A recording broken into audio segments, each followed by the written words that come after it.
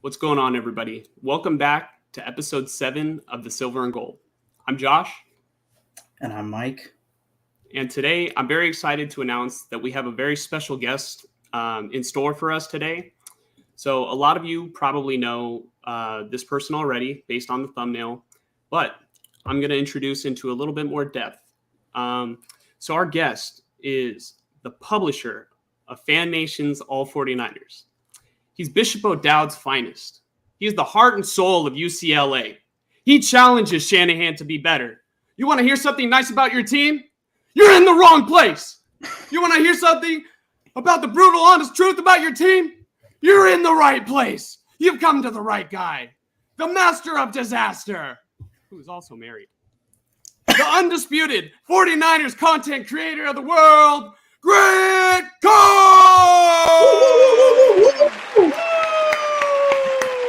Hey. All right, show's over. I'm out of here. Okay. Hey, how's it going? I'm really... You're really excited. Huh, you took all the energy. I have none left. Hey, how's it going? Good to see you. Yeah. All right.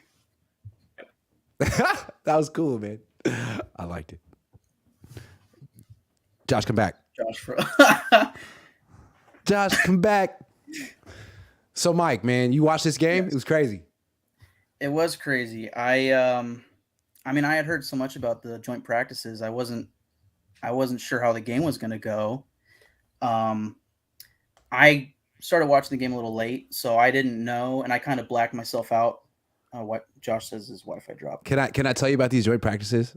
Absolutely. So it was really messed up. So like, if you go down to Henderson, Nevada, and you think you're going to be able to watch, but it's not like that because there's three different fields.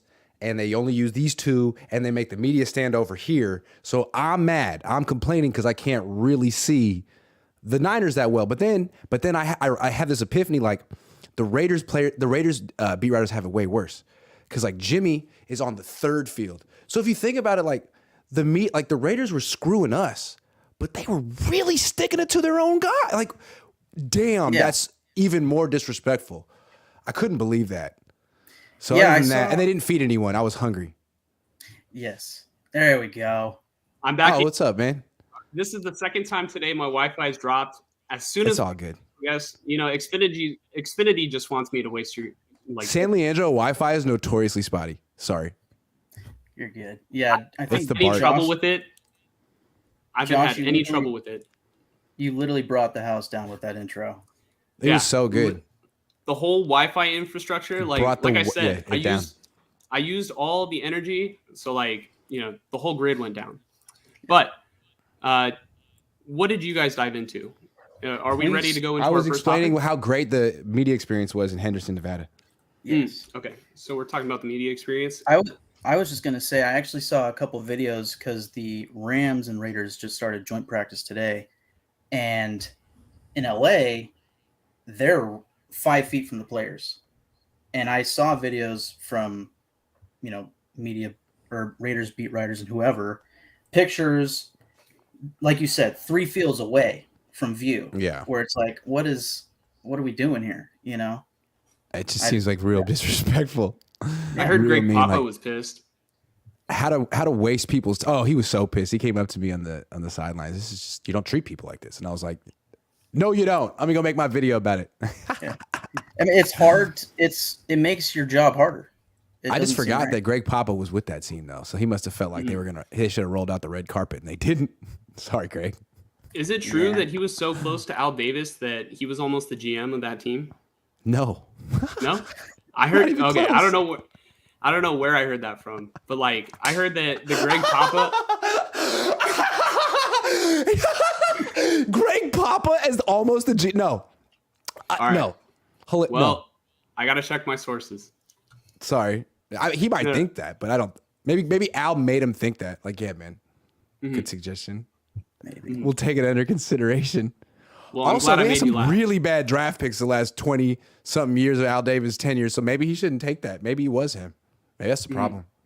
Yeah. Hey, No, it wasn't, though. It wasn't. If he was the GM, maybe Brandon Allen would have been a franchise quarterback in Oakland. How about that? Yeah. But in terms of like the media experience, how would you compare it to like other places that you traveled? Maybe Minnesota last year. The worst. Wow. By far. It was like aggressively bad. Minnesota was fun. Like they invited fans to that. They have a huge complex, and we could pretty much walk wherever we wanted. We could get as close as we wanted to go. We could film all kind of stuff. Same the year before in Costa Mesa. Costa Mesa is just a wonderful place to be. It's kind of breezy and nice. Like a reasonable 73, you could say. A reasonable 70. It's like 102 at like 10 in the morning. Yeah. I mean, like, squirrels don't live out there. If squirrels don't live out there, what are humans doing there? If squirrels are smart enough to figure out that it's not habitable, why are we there? It felt like practicing on Mars. Yeah. Yeah. And that's where they want to move a baseball team to. Yeah. It's cool. But, you know, I know that Greg Papa was very upset, you know, on how they were treating the media. Do you think this is new with the new regime? Like, you know, that maybe Josh McDaniels carried over, or do you think that maybe this is just how the Raiders have been, you know, since I think the Mark Raiders Davis have took been over? sort of like notoriously bad hosts for a long time. I mean, I don't think Al Davis is that friendly to outsiders. He was always kind of us against the world. That being said, this feels like a very much a Patriots-esque version of it. Just the way you waste people's time and treat media like they're the enemy. That feels like the Patriots and Bill Belichick. That's kind of what I felt like. And, you know, I talked to Mike a little bit about it too. And I want to say we mentioned it in the previous podcast, but I kind of feel like, you know, I agree. It's seems like a Josh McDaniels, Bill Belichick kind of thing to be so secretive, except, you know, you don't want to be so secretive when it's the other team's, you know, stuff. Right. Yeah. But I mean, like, so I was ridiculing them all week. Like, man, what are they doing here? Like all this secrecy just to go 6-11. Meanwhile, they kicked the Niners' butts in both practices and then did it again in the preseason game. That doesn't mean they're going to be better than the Niners. It just means that they've probably been working a little harder than the Niners. They're probably in a little bit better shape than the Niners. The Niners will get there eventually like they always do, but that was eye-opening. It looks like the Raiders might be having a little bit more of a strenuous, serious training camp than the Niners, who are kind of just going to do the same freaking thing every day and show up week one and hope it goes well. Or maybe it's the Jimmy G experience. They just win. Yeah, maybe Jimmy G has just revitalized that whole organization and boom, 12 wins. Yeah, we're going to talk about that later. But right now, since we're on the topic of, you know, the joint practices and, you know, of the game, why don't we jump into our next topic and talk about who stood out? Was there anybody on the 49ers that jumped out, you know, during the joint sessions? You know, I know you were like a couple fields away, but like, was there anything that you saw that maybe the fans at home couldn't see? Well, I think one position that became very interesting for the 49ers in these joint practices was tight end, because George Kittle went down. He's hurt. He's still not back. And if he's not around, it's like, who is the tight end on this team? They drafted Cameron Latu in the 3rd round. It should be him. But this guy, I mean, especially in this particular session, was just dropping everything. And I don't know that he's even going to make the team or deserves to make the team, but the whole tight end position right now is like standing out in a bad way. Also, the offensive line position is standing out in a bad way. Like, they got worked by the Raiders in one-on-ones. Worked. I mean, every single dude on this offensive line. Raiders have a really good D-line, apparently. I mean, they made Max Crosby look like Nick Bosa for sure. They made Chandler Jones look like Alden Smith. So those were some standouts in a bad way. And then, I don't know, Brock Purdy threw 4 picks in these joint practices. So it was not a good week for the 49ers. It's hard to say like who went down there and showed out. It felt like the Niners went down there and, I don't know, messed around. Mm-hmm. Now, do you think that this might have been the wake-up call that the 49ers needed? You know, because typically it happens around week 8 when they're already, down 3, they only have 3 wins, 5 losses, 3 wins, 4 losses. Do you think that hopefully this, wakes them up? How did practice look this week as compared to last week? Defense looked a little bit better, but the offense is still disjointed. I mean, Brock Purdy's over here throwing multiple picks a day. I feel like the Niners are a little bit in denial. Like they have a bad performance like this, and they say like it doesn't matter. We've been to 2 straight NFC Championship games. We start slow. It doesn't matter. We can figure this out. I feel like they have a little bit of that attitude right now. It doesn't matter that Brock Purdy's thrown 17 interceptable passes. It doesn't matter that we got freaking blown off the field in Las Vegas, Nevada. Like it doesn't matter that George Kittle's already hurt. Like I don't know, guys. Like, you might want to start taking this seriously before you're 3-4 again. Mm-hmm. I'm kind of wondering if, like, do you think the Niners might have an issue with their depth? Because that was kind of my thought with the Raider game. Because, it's hard as a Raider fan to take joint practices and preseason games, especially preseason games when it's the backups, seriously. Mm-hmm. Because it's like the Raiders give us reasons to get excited every year, and then regular season comes around, like you said, 6 wins, But so I think with the preseason game, I wonder if that sort of a thing is the Raiders have a little bit better depth than the Niners, whereas, when it comes to the starters, I think it's pretty clear the Niners are better, but maybe it's close. I think that's true. I mean, if you look at the Niners lost a bunch of starters this year. They don't talk about it, but like Jimmy Ward, Azeez Al-Shaair, Samson Ebukam. Charles Omeni, who wasn't a starter, but he played a lot. Mike McGlinchey. I'm not saying he's good, but if you think about all these starters they lost, Jimmy Garoppolo, they've all been replaced by backups mostly, right? So like Isaiah Oliver's falling off, but like it looks like the nickel's going to be Lenore. It looks like the starting Sam linebacker is going to be someone that was a backup last year. The starting DN is going to be Drake Jackson or something.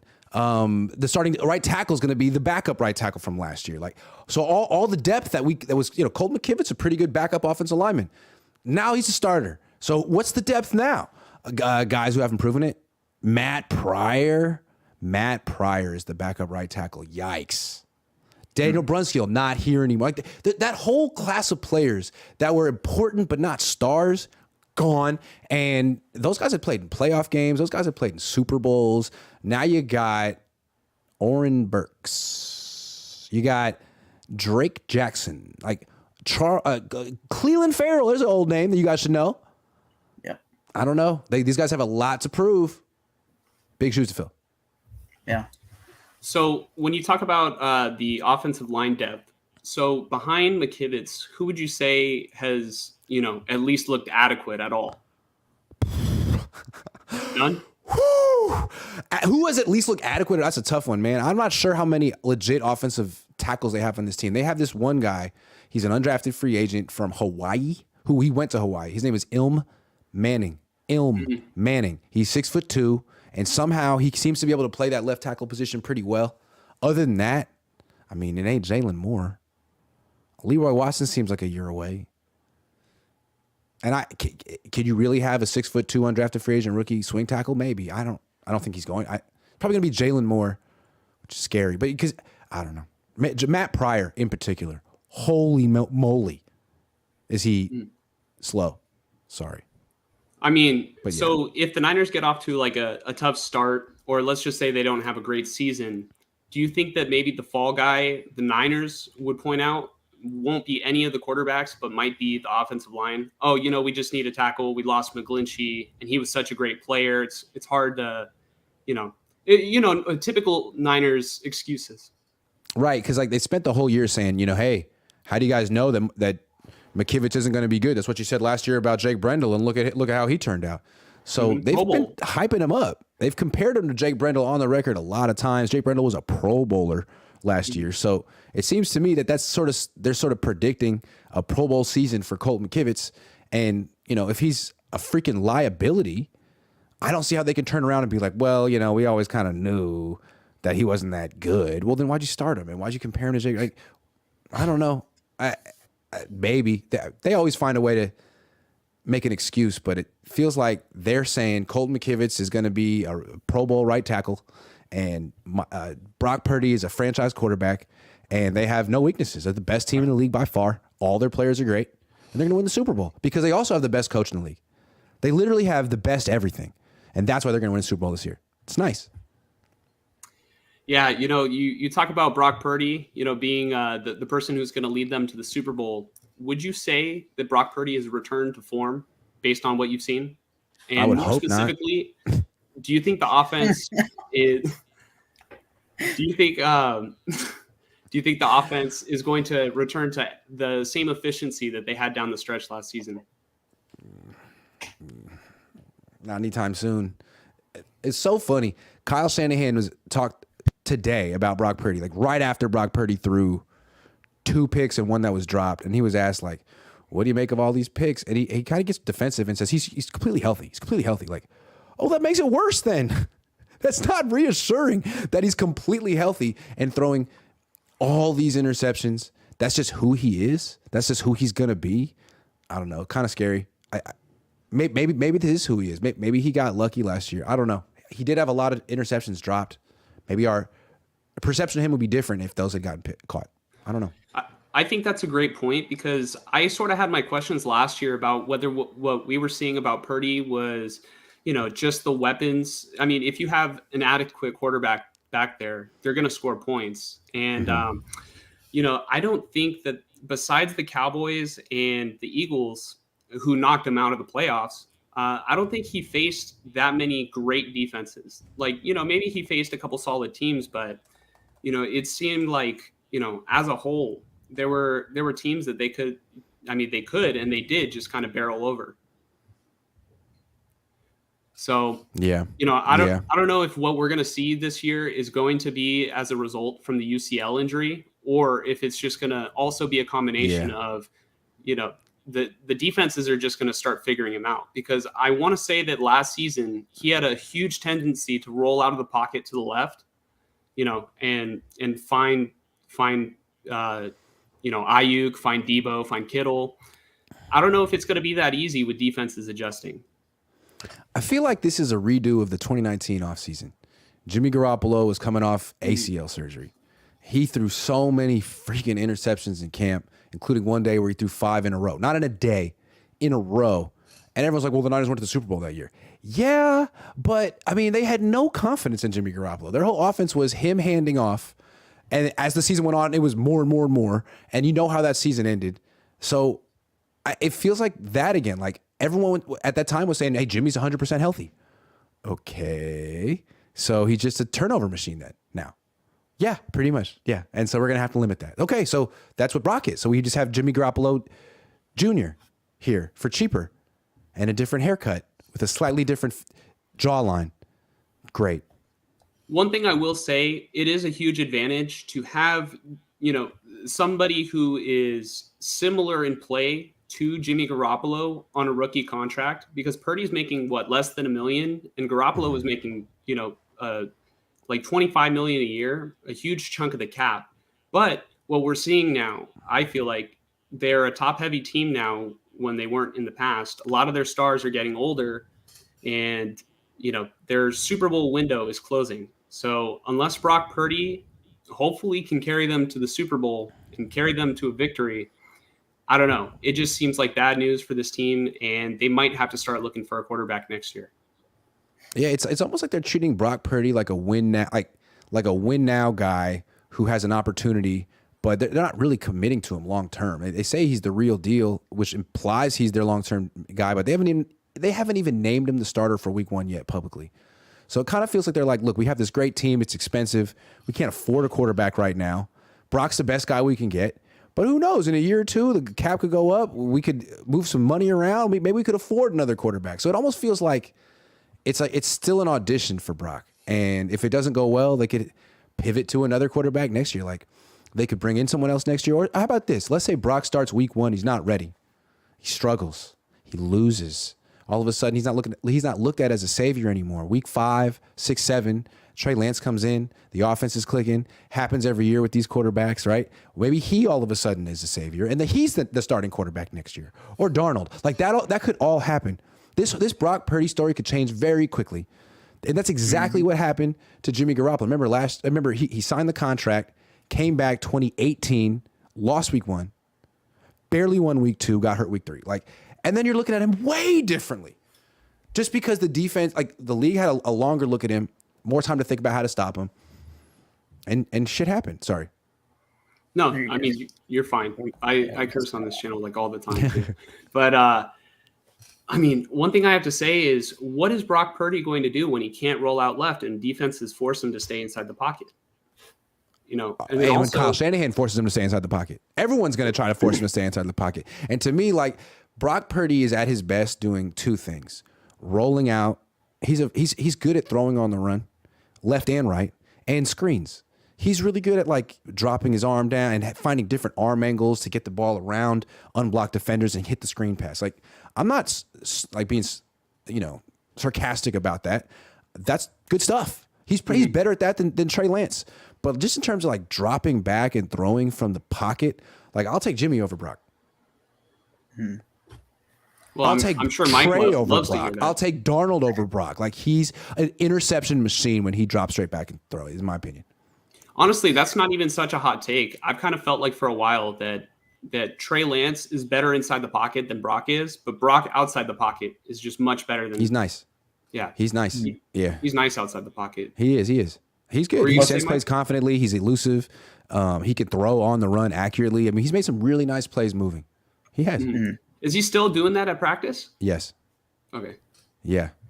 His legs are good. It's the arm. Well, that's good. His legs are good. Yeah. Yeah, some of those struggles are probably part of the reason why he was Mr. Irrelevant. In hindsight, it's oh, this is such a great story, but that story could, like you said, it could flip quickly. And then he's just he didn't fall to the end of the draft because he's too short or he's too slow. It's his arm. It's his arm. And now it's weaker. Yeah, I think the Niners are in an interesting spot where if he doesn't work, and then if Trey Lance isn't ready or whatever it is, because I don't really know what's going on between Shanahan and Trey Lance, but nobody does. Yeah, no, but this is a win now team, and all it takes is for Brock Purdy and Trey Lance to not be ready. I don't think Darnold's going to do anything, but you never know, I guess. Mm-mm. But I don't know. That's an interesting spot to be in. You had a funny tweet yesterday. I just want to read it off. The 2020, Jimmy is good. We don't need Tom Brady. 2021, Jimmy isn't good. We'll trade up for Trey Lance. 2021, actually, Jimmy is good. Lance will sit for a year. 2022, Jimmy isn't good. Lance will start. 2023, Jimmy was good, but Brock is a cheaper version, and he will start. They keep flip-flopping on what they want at the quarterback position. Is Jimmy good enough or not? Sometimes Jimmy is good enough for them. Other times he's not. And we're back to, no, Jimmy was good enough the whole time. What the fuck? Then why did you even try with Trey Lance? Why? Oh, you didn't. You just threw those picks away. Okay, I get it. Yeah, Shanahan really, he's the best coach in the NFL, so he wanted to prove to everybody that he could absolutely humiliate someone in the process of leveling the playing field between the 49ers and everyone else. Just throw away 3 first-round picks, because if they hadn't done that, they would have won they just win the Super Bowl every year, and that's not even fair. No one likes that. Got to keep it interesting. I think it's generous. It's not fair when the Niners get Micah Parsons instead of Trey Lance, Yeah, it's true. Yeah. So just like Brock Purdy throws picks in practice to make others feel good, Kyle Shanahan throws away draft picks to make others feel good. It's really a nice thing to do. And that's the other thing. Kyle Shanahan also felt like it was between Trey Lance and Mac Jones. That's been on record that he said, I'm not saying I wouldn't have gone with Mac. You could have stayed at 12 and had Mac Jones. and maybe you win a Super Bowl because you're able to offload Garoppolo and spend that money on another pass rusher, on protection, replacing Mike McGlinchey. Just adding Also, another Justin Fields cornerstone might be guy. better than both of them. And there's a report today that I don't know how correct it was that John Lynch wanted Justin Fields. So I wanted Justin Fields. I mean, the way they used Trey Lance, the way they ended up using Trey Lance and talking about Trey Lance, they should have just drafted Justin Fields. Like, you put him in the spread, you made him run a bunch. Justin's better at that. Like, well, Trey Lance is the guy who played under center in college and did play action, but he's not allowed to do that on this team. Exactly, Well, and sorry, also, go ahead, Mike. Sorry, that's just the thing to me. It's like, in hindsight, it almost feels like it's too clear. Like, oh, Trey Lance was like way too raw. He should have never been the 3rd overall pick. Obviously, hindsight 2020, but I don't know. Yeah, The injury doesn't help him either. But it just feels like they didn't do their homework on him. Like, they traded up for a guy who hadn't played in a year and thought he was pro ready, and then sat him for a year. Like, that's probably the worst thing you could have done to Trey Lance, is sit him for a year after a COVID year off. Like, that was just terrible. That was sad. I mean, that was the beginning of the end. It set him back so much. And they broke his finger on top of that. Haha. In the preseason. Against the Raiders. Against the Raiders. Yeah. But I mean, Shanahan kind of strikes me as a guy who doesn't necessarily care whether he has a top tier quarterback or not. It seems like he just wants a guy who's going to throw to whoever he says. Yeah, it's a game like manager. A game. Call it what you want to call manager. it. That's what it is. That's what he wants. He wants Brian Greasy. Wouldn't Shanahan, under that, like, under this assumption, wouldn't Shanahan want a guy like Justin Fields who can maybe escape pressure, and then you just tell him where to throw? If you don't want the guy to play quarterback and you're worried about his IQ or whatever. Trey Lance apparently had the highest IQ out of the quarterbacks they were interested in, but if Shanahan wants a guy to just go where he wants to go, you train Justin Fields, you train Trey Lance to go where you want him to go. Yeah, but Justin Fields, his instinct is to hold on to the ball and run around, kind of like Brock Purdy. And I don't think Kyle likes that. He wants the quarterback to stand still and distribute the ball so he can take credit, so Kyle can take credit for everything working. Once the quarterback starts scrambling around, I mean, that's his offense at that point. It's Kyle's offense. That's why they're telling Brock to stay put. That's why they didn't want Justin Fields. It's not Kyle's style. He wants Kirk Cousins. He says he wants a quarterback who throws like throws like Drew Brees and runs like Lamar Jackson. He'll just take Drew Brees, though. Like, if he had a choice of Drew Brees or Lamar Jackson, he'd just take Drew Brees. I'm sure he'd be great. He would be really happy to have Drew Brees.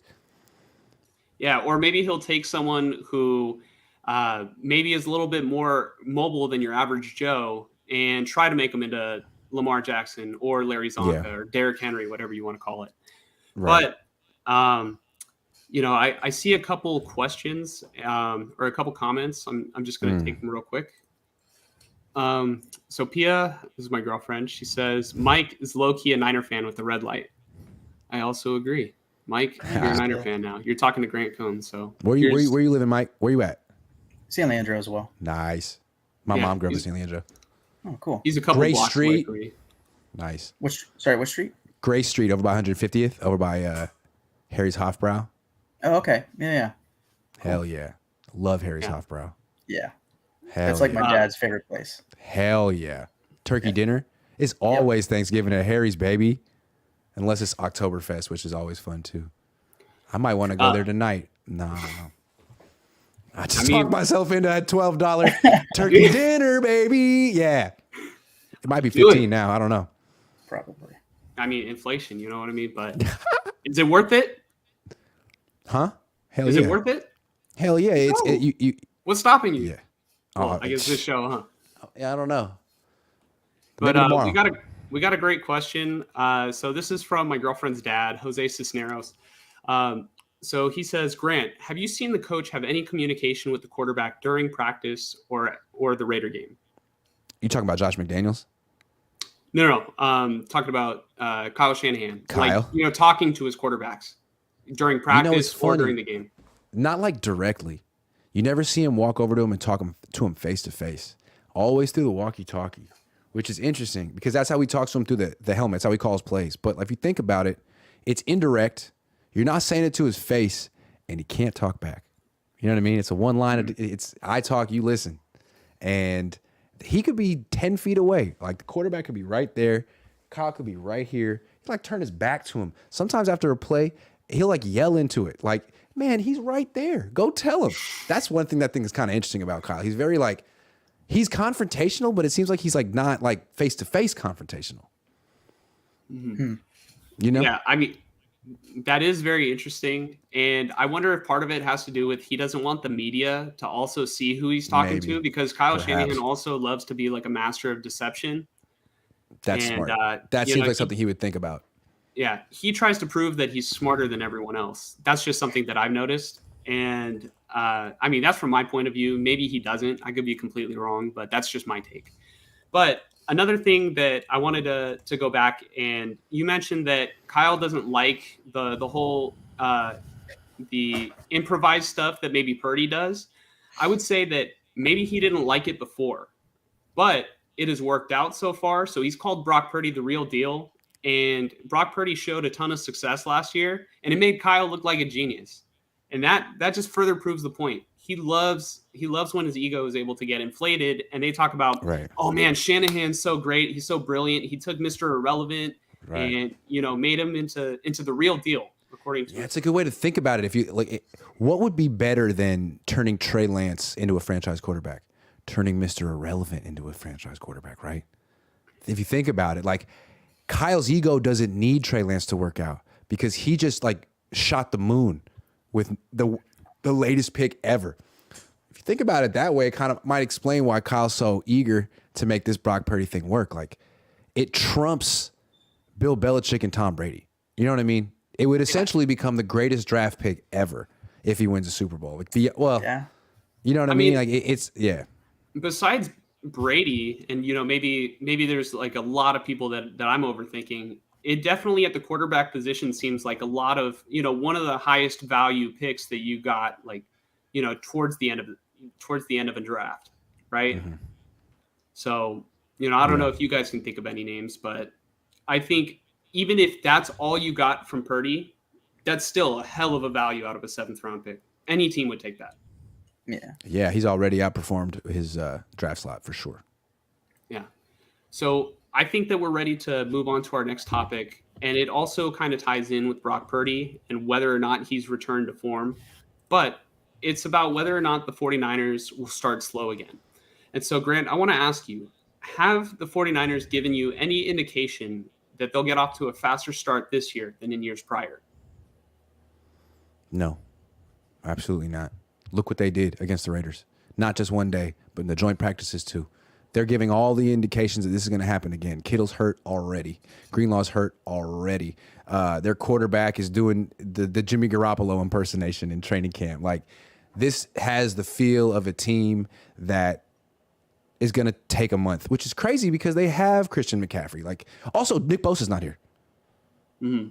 Still. What's happening with that? What's going on? No word. And it's almost, I mean, do you think it's possible that he misses week 1 or more? Is it possible? Yeah, it's possible. I wouldn't bet on it, but I do think it's possible. And I don't know. Do you think the Niners are lowballing him or he's just waiting? I don't know. Well, I mean, from my point of view, I think he's waiting for other guys to get signed. That's what I think. I mean, it almost seems like the NFLPA has to step in to sort of prevent this from happening in the future, because I've noticed, like, as we go along each year, there's more guys that are holding out and that are, refusing to play for their team. So I don't know if they need a new, like, agreement with the owners, in order to, I guess, have more leverage or make this done by a certain date, or I don't know if the salary cap needs to be, expanded upon. I don't have the solution, but I do see a problem here. Josh Jacobs on the Raiders might not play week 1. And then you've got other players that have also missed a ton of training camp, and you can't even practice the way that you did back then in the NFL. So these guys are just bound to get hurt because they're not in football shape. Agree. And they've played a lot of games, and like they're not a lot of depth on this team. This team is like 10 players. 5 guys on offense, 5 guys on defense. It's really good core. You could argue the Niners have 10 of the top 100 players in the league, but how many of the Niners' top 10 players are getting better? How many? Brandon Ayuk, I don't know. Talanoa Hufanga, and maybe Nick Bosa. Those three. Okay. So the rest, what are you going to get from Debo? What are you going to get from Eric Armstead? What are you going to get from Kittle? What are you going to get from McCaffrey? What are you going to get from Trent Williams? Like, all these guys miss games. All these guys are sort of approaching the downslope of their career. Is this the year that the Niners disappoint? Or do they have one more in them? You know, that's kind of how they feel like this core. So I have a theory that sort of revolves around the backup quarterbacks. I know it's what everybody's been talking about nonstop, you know, for ever since Kyle Shanahan almost took over. But, I mean, to me, does it really matter who wins this backup quarterback competition? I kind of feel like, you know, whether you want to declare a winner, if the 49ers are going to be successful this year, you know, let's just say they win a lot of games, they're in the playoff race. I think Sam Darnold is probably, unless Trey Lance proves something these next 2 weeks, I think Sam Darnold's probably the unquestioned quarterback too, because he's got the higher floor. But on the other hand, I see, similar to 2021 when Kyle Shanahan reportedly was ready to pull the plug and put in Lance and finally start developing him. Do you think that if the 49ers do get off to that slow start, do you think that maybe it's probably Trey Lance who gets in there first? Or is Shanahan going to want to make the next Steve Young and inflate his ego that way? That's a good question. I'm not sure. I think maybe the next 2 preseason games will determine that. The way I look at it with Darnold is like, he's played a lot. And well, you're just basically asking him to be consistent because he's shown some good, but mostly not good. And you're thinking if he plays on a better team, he can eventually be consistent. Well, we'll see. He'll have 3 preseason games. Like, will he have wild swings or will he kind of play the same? Then you got Trey, who clearly has been a remedial quarterback for a lot of reasons. But at the same time, it looks like he's improving. If he played way better in the second quarter than the first quarter. Would he have played better in the third quarter if they had kept him in? Will he play better in game 2 than game 1? What about game 3? Like, if he does, then if he has a steady incline, then he's QB2. If Darnold has wild swings, then he's QB3. So that'll play out. Maybe Trey Lance will be the one who keeps crashing down to earth, and Darnold has a quietly, you know, efficient preseason. We'll see what happens. I really do think Kyle's going to let it play out. And what's interesting about those two, they have the same agent. So I feel like somehow behind closed doors, they've agreed on this somehow. How do you let this happen? They have the same agent. No, I mean, that is a great point. And I wonder how it is for the agent to be able to represent both guys on the same team. It's like, you know, I wonder if he's secretly rooting for one guy to, you know, maybe he's secretly rooting for Lance to show something because, you know, the Niners already invested so much in Lance and he'll probably be more susceptible to get that bigger payday. But then again, on the 49ers, all it takes, I mean, Darnold could go in the last 4 or 5 games, win all 5 of those games, and then guess what? The Niners might make him the highest paid player, right? Mm-hmm. That's just been – it's been the 49ers' tendency to, I guess, overpay or overspend capital on a guy that maybe they didn't do enough thinking about. Mm-hmm. They're not careful. They're not careful when it comes to who they appoint at quarterback. I think they simply overreact, whether it's Jimmy G and paying him and then Purdy last season. Yeah. Now he's the unquestioned starter. Yeah. And the reverse for Trey Lance. Yeah. They reverse with Trey Lance. Absolutely. Like, if you win your first game, you're the greatest quarterback of all time. If you lose your first start, you're a fucking bum. Sorry. Sorry. Get the fuck out of here. No, it's your first start. Get the yeah. You want to play on this team? They're ready to win now, today. That's it. Amy, honestly, you started 3 and 5. Your first start. You're fine. Oh my God, you won your first game. You're the real deal. We could tell. They always say we could tell after 3 starts. I could tell after 2 starts. I could tell after 3 quarters.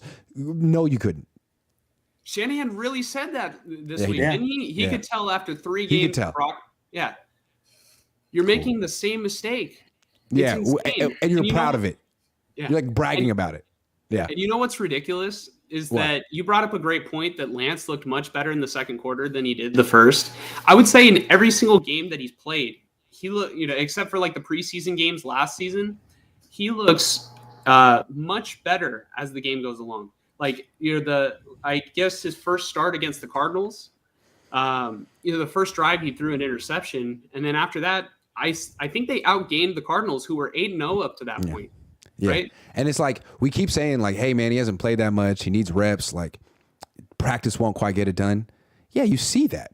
He hadn't played in 11 months. Yeah, he's going to be rusty, but he did improve as the game went on. Like, because he needs reps. And the more reps he gets, the more natural he'll look.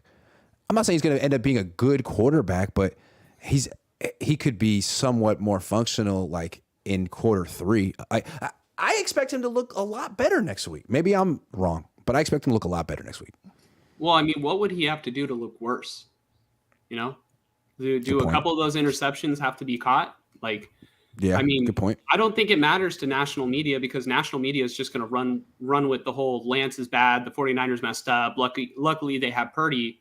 They're going to do that no matter what. So if Lance has a great week next week, the national media is just going to come out and say, oh, Lance looked good, but he's inconsistent and he still hasn't proven anything. So, I mean, like I said, I think it really matters more about how the season plays out to whether Trey Lance is going to get the opportunity, whether guys are going to go down, whether the team isn't as successful, and maybe if they're on the verge of missing the playoffs or will miss the playoffs, maybe Lance might get the reps that he needs, right? Because I think we can confidently say that if Purdy isn't leading the 49ers in the direction to if Purdy isn't leading the 49ers in the direction to where they need to, win the Super Bowl, and that's their goal, maybe they don't have as long of a leash on him. So, and it's probably his fault. And again, like if he loses week 1 and throws 2 picks and all the stuff he did in training camp carries over, they're going to look at him differently. They're going to be like, well, it's a new year, it's a new elbow, it's a new Brock, it's a new team. Maybe he's not the savior this year. Maybe it's Sam. Maybe it's Trey. Maybe it's Brandon. I don't think Brandon's going to make the team, but maybe he's one of those 2 guys because, frankly, those guys are more healthy. They've been on this, they've been on this team longer. They've been they've had more practices, more preparation. We'll see. Hey, Mike said it a minute ago. This team overreacts at the quarterback position constantly.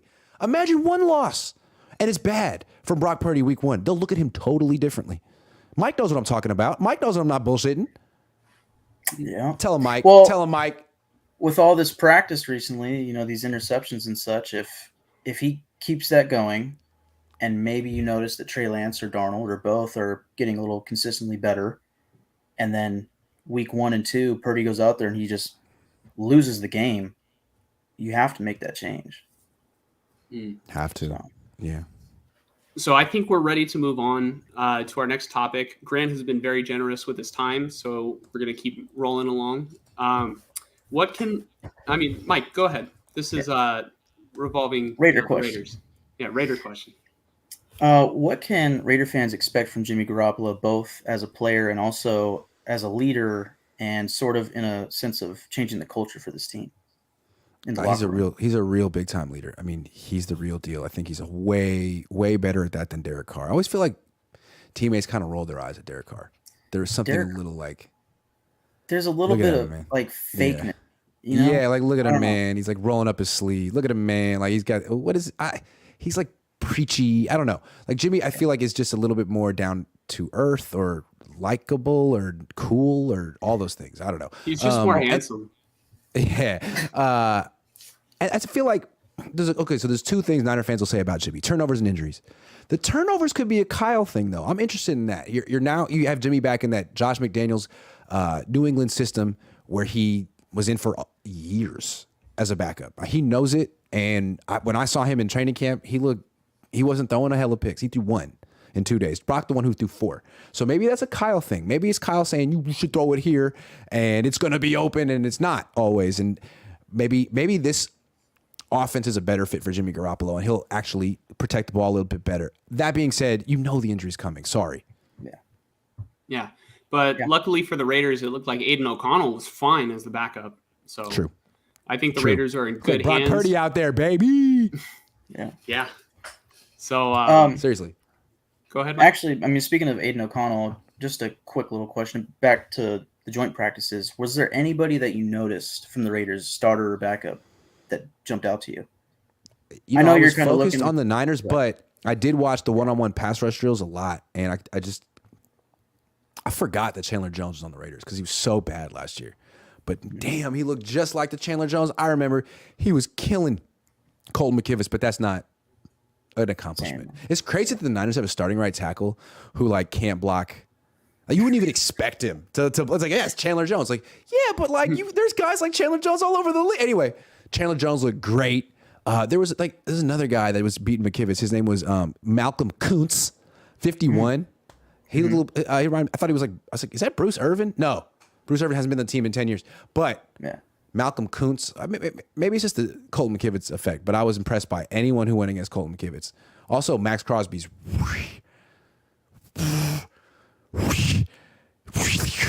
really good. How did the Niners not get Matt Crosby? What happened there? Well, Chris Kosarick apparently fucked that up. But quick question. Who would you rather have going forward, Max Crosby or Nick Bosa? I mean, Nick Bosa is better than him, but not by a whole lot. And Max Crosby. Wow, you'd rather have Max Crosby? Max Crosby. Look at what happened to Joey, man. Look at what happened to Joey the last few years. Kind of falling off, not quite what he used to be, kind of getting injured. I'm curious with Bosa, man. I know he's been an Iron Man. He was Iron Man last couple years, but what's the longevity with the Bosas? What's the longevity with the Bosas? I want to know. I want to know. That's interesting. I never thought of that. Yeah. I don't know. I feel like Max Crosby has that length. I feel like he's going to be good when he's 33. I can see that. He also just has a crazy drive. You know? No doubt. So much to prove. Yeah. But has he gotten paid yet? Yeah, he got a 98. He took a team-friendly deal, in my opinion. I think he could have got way more. And what's he making? Because here's my thing. I got a new theory. It's a thirstiness theory. Okay, you never know what money's gonna do to a young thirsty man who's thirsty. And some of these players, like Nick Bosa, got money right when he got in the league, and that thirstiness factor would have shown itself by now. But it seems like he's focused. Trey Lance seemed to get bit by the thirsty factor a little bit. I mean, we've seen the videos. Now it seems like he's hydrated. But you never know what a large infusion of cash is going to do to a 25-year-old man who hasn't had it. Yeah. And is thirsty. Yeah, and no offense to these players, but I feel the same way in a sense about Josh Jacobs. Yeah. Like if he gets that deal, is he going to run a little differently, Is he gonna? Because he was on a contract year, and then he leads the league in rushing. Look what happened to Debo. He had like the most incredible Herculean year of all time. Got paid. And the most predictable thing in the world happened. Yeah, the most predictable thing in the world. Yeah. Speaking of predictions, we're gonna go to our last question for Grant before we let him go. So Grant, we want you to give us your predictions for how both team seasons might play out. I know it's very early, but the way you see it right now, what do you think is going to happen? I feel like the Raiders might be better than I gave them credit for. Going into the joint practices, I thought this is a team with no defense. But actually, I feel like their D-line is good. Like their D-line is really good. And I think their secondary has promise too. Like I feel like Marcus Peters is a nice addition there. So I feel like they might be a 9-win team, maybe 8 or 9-win team. And the Niners, I mean, damn, they play down to the Raiders too. Like they should be a 10 or 11-win team at minimum, but they might be an 8 or 9-win team too. I don't know. They have all these great players, but very few of them are getting better. What about for the 49ers? I picked 10 wins when I saw the schedule. It's a ton of travel, man. It's a brutal schedule. There's 9 road games. 6 of them are like east of the Mississippi. We'll see. It seems brutal. Maybe 10, maybe 11. Now, would you say it's just brutal in terms of travel or the strength of the schedule? I mean, they got some real road games this year. Like Pittsburgh, that's a real road. Remember last year, like they're on the road, but there's mostly Niner fans there. Atlanta, Mexico City, LA. Like this year, Philly again, Pittsburgh, Minnesota. That's a real road game. Cleveland, it's a road game. Jacksonville, that'll be a home game. Washington, that's a real road game. So I don't know. It's going to be interesting. The Niners didn't have that many of those last year. It was easy last year, I thought, until they got to Philadelphia. Yeah. And then, one thing I noticed at the beginning of the season last year, it on paper was a super hard schedule. And then it turned out being pretty easy, for the entire season. But, Grant, we really thank you for taking time out of your schedule, in order to come on the show. My pleasure, man. Mike and I really appreciate it. And we hope to have you on, during the season at some point, and hopefully, no doubt. Hopefully going Let's forward, do it again. We can make this, Absolutely. Maybe not a regular thing, but we'd love to have you on, multiple times. Kind of like how Alec Baldwin just like frequently is the guest of, for SNL. Well, until he got killed, that guy. But before then, he would come on a lot and he shot but sorry. That was dark. Great show. Thanks, everyone. You were What a very way to generous. go out. Yeah. Very generous with your time, and I appreciate everything. And It was my pleasure, man. Nice to meet you, Mike. Nice to meet you. Nice to meet you. We appreciate it, Grant. All right, Mike. Are we on to our next topic now? Yes, sir. Why don't you go ahead and spearhead this, Mike? That was a lot to uncover on the Niners. Let's go through some Raider stuff and then start to even it out later on. For sure. Yeah, so, I wasn't really expecting this today, but Tyree Wilson was activated from the NFI list, and I'm pumped. I don't sound like it, but today is the first day of joint practices with the Rams, and he was out there.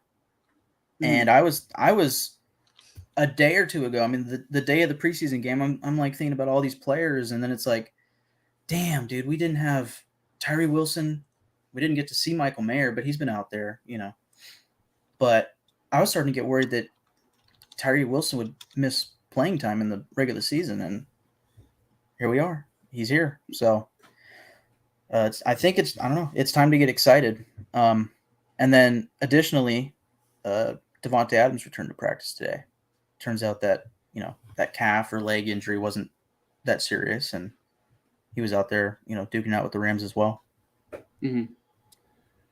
Yeah, definitely. Do you mind if we take a couple questions right now? I just took a look at them. Yeah. And this question was directed at Grant, but we'll field this question, and maybe next time I talk to Grant, I'll be able to ask him and talk about it on a future show. But it says, do you think them removing the package of plays that they had for Lance's rookie year has quietly had a huge effect on why he still looks lost and unsure of himself? Black Razor, that's a really good point, because we saw the 49ers in Lance's rookie year have to go through the Jimmy Garoppolo offense. And, after that, they pivoted to more of a, read option, quarterback power sort of offense. So he had to learn practically a new offensive scheme system. And then after that, he got injured. And then he's having to learn the Brock Purdy offense. So, it definitely factors in. I don't think it's even really much of a question. But is national media going to talk about it? No. Are we going to talk about it? Hell the fuck yes. People might want to say it's excuses, but I think it's context. I think context matters. So, can Trey Lance overcome it? It's yet to be seen. I don't know. I'm hopeful that he can, but we'll find out. Yep. Like you said, it's context, and all of the context going into Trey Lance has made it very hard for him. So. Mm-hmm. Angie Cardoza says 49ers are not the same when they were back in the 80s. That is 100% certain. Back in the 80s, they had badass quarterbacks, and now they have bad quarterbacks. They're not bad, but the thing is one thing I've noticed since like the Yorks have taken over, at least looking at it from like, big picture sort of context, because I wasn't old enough to see it through every year. But man, it kind of feels like they just go cheap at the quarterback position all the time. Like, back when I first started watching, it feels like not that long ago the Niners had an opportunity to get Peyton Manning before he went to the Broncos. But I don't know what happened there. Was it Parag Marate who maybe lowballed him and Peyton Manning decided, I would rather go to Denver? Because the Niners had a good team. They had a talented roster, and all they had as competition at the quarterback was Alex Smith at the time. And then I want to say the Niners drafted Kaepernick after that. So it just feels like they never fully invest at quarterback, and they're always searching for the next big thing. I don't know. What's your take, Mike? Well, like you started, they used to have badass quarterbacks back in the 80s and 90s. Like, those were Hall of Fame franchise quarterbacks. And now what the Niners have is a coach who thinks, I don't need that. All I need is my system and great players surrounding the quarterback. That's what it kind of seems like to me. I mean, of course, they drafted Trey Lance in hopes to make him a franchise quarterback, but again, context, right? I don't know. It like you said, it seems like lately they've gone cheap at quarterback, and yeah. And then personally, I didn't think Kaepernick was that bad, and they ran him out of town over politics, right? They might have been losing money for ticket sales. There were just, there's some people who are just not going to buy tickets to go to the game to watch Kaepernick take a knee, and I was in support of Kaepernick taking his knee. I mean, say what you want about it. We're not here to argue about politics, but it definitely had an effect on why all these owners don't want Kaepernick in the league anymore and haven't wanted him back for like 5-6 years now. So, I mean, he was probably the closest thing to a franchise quarterback the 49ers had since Jeff Garcia. And then Jeff Garcia was the closest thing they had since Steve Young. But, to get back to the comment, back in the 80s, they had Joe Montana. They had Steve Young, late in the 80s or mid 80s at some point. And then I even heard Steve Bono was good too. So, it's just crazy what could be the factor leading to this? Is it ownership? It's got to be a little bit of ownership. They need to find, if Shanahan doesn't work out, they've got to find the next person has to be proven, in my opinion, to find talent at the quarterback position. It's got to happen. So I'm going to move on to the next comment. Paulina Sotelo, she says, my dad talked about how Jimmy G was always one of the chillest players. So Paulina also says, and that's coming from a Niner employee. Yeah, Garoppolo seems like a super cool, down to earth person. I used to be like a Jimmy truther. Like, I was a Jimmy stan a little bit. Like, I have a Jimmy jersey in my closet somewhere. But Mike remembers he thought I was crazy for getting the Garoppolo jersey over the Kittle jersey. But I loved Garoppolo's demeanor, and I just love that he reinstilled confidence that the 49ers were going back in the right direction. So it had a lot to do with that. And, he's just so handsome. Look at him. Mike gets to look a lot at him, because he's a Raider fan over here. And, that's his guy going forward, unless Aiden O'Connell takes his job. Isn't that right, Mike? You never know. All it takes is that injury. And, that's what happened to Alex Smith and Kaepernick, right? Mm-hmm. And then with Trey Lance to eventually Brock Purdy. So that's all it takes. Yeah. But with that being said, let's kind of follow Jimmy Garoppolo over to the Raider side of things. And let's talk about the Raider joint practices with the Rams. Mike, have you heard anything about it today, or you didn't really get a chance much to look at it? Yeah, I didn't get a chance really. They, like I mentioned to Grant Cohn, I saw a couple of videos where it's like the media was 5 feet from it, juxtaposed to a Raiders training camp. You're 3 fields away. It's like, it's a massive difference. But the biggest takeaway, biggest takeaways, Tyree Wilson, first round pick. He's there. I think we see him this weekend against the Rams in the preseason. I'm excited. 2, Devontae Adams returned. from his injury, and he was perfectly fine out there. I saw a tweet that Hunter Renfrow put somebody in a blender on a route. Max Crosby got in a fight with Cam Akers. Yeah. What a Which, lopsided fight. Come on. yeah. Yeah. Well, I saw one picture from it where it was just Crosby, I'm assuming, taking a swing at Akers, and there's like 4 other Rams players like surrounding him, like trying to grab him.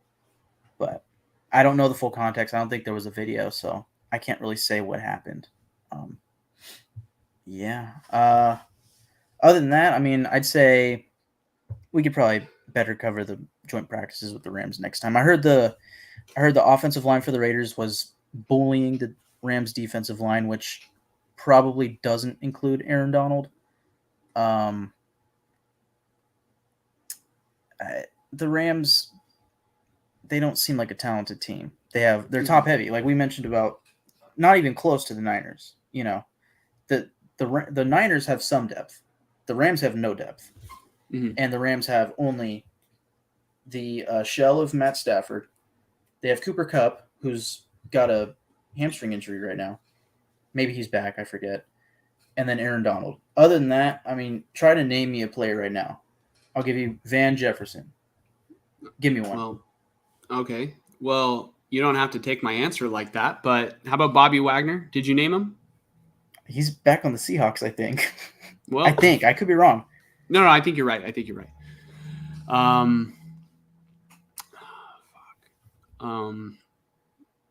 right. Hold on.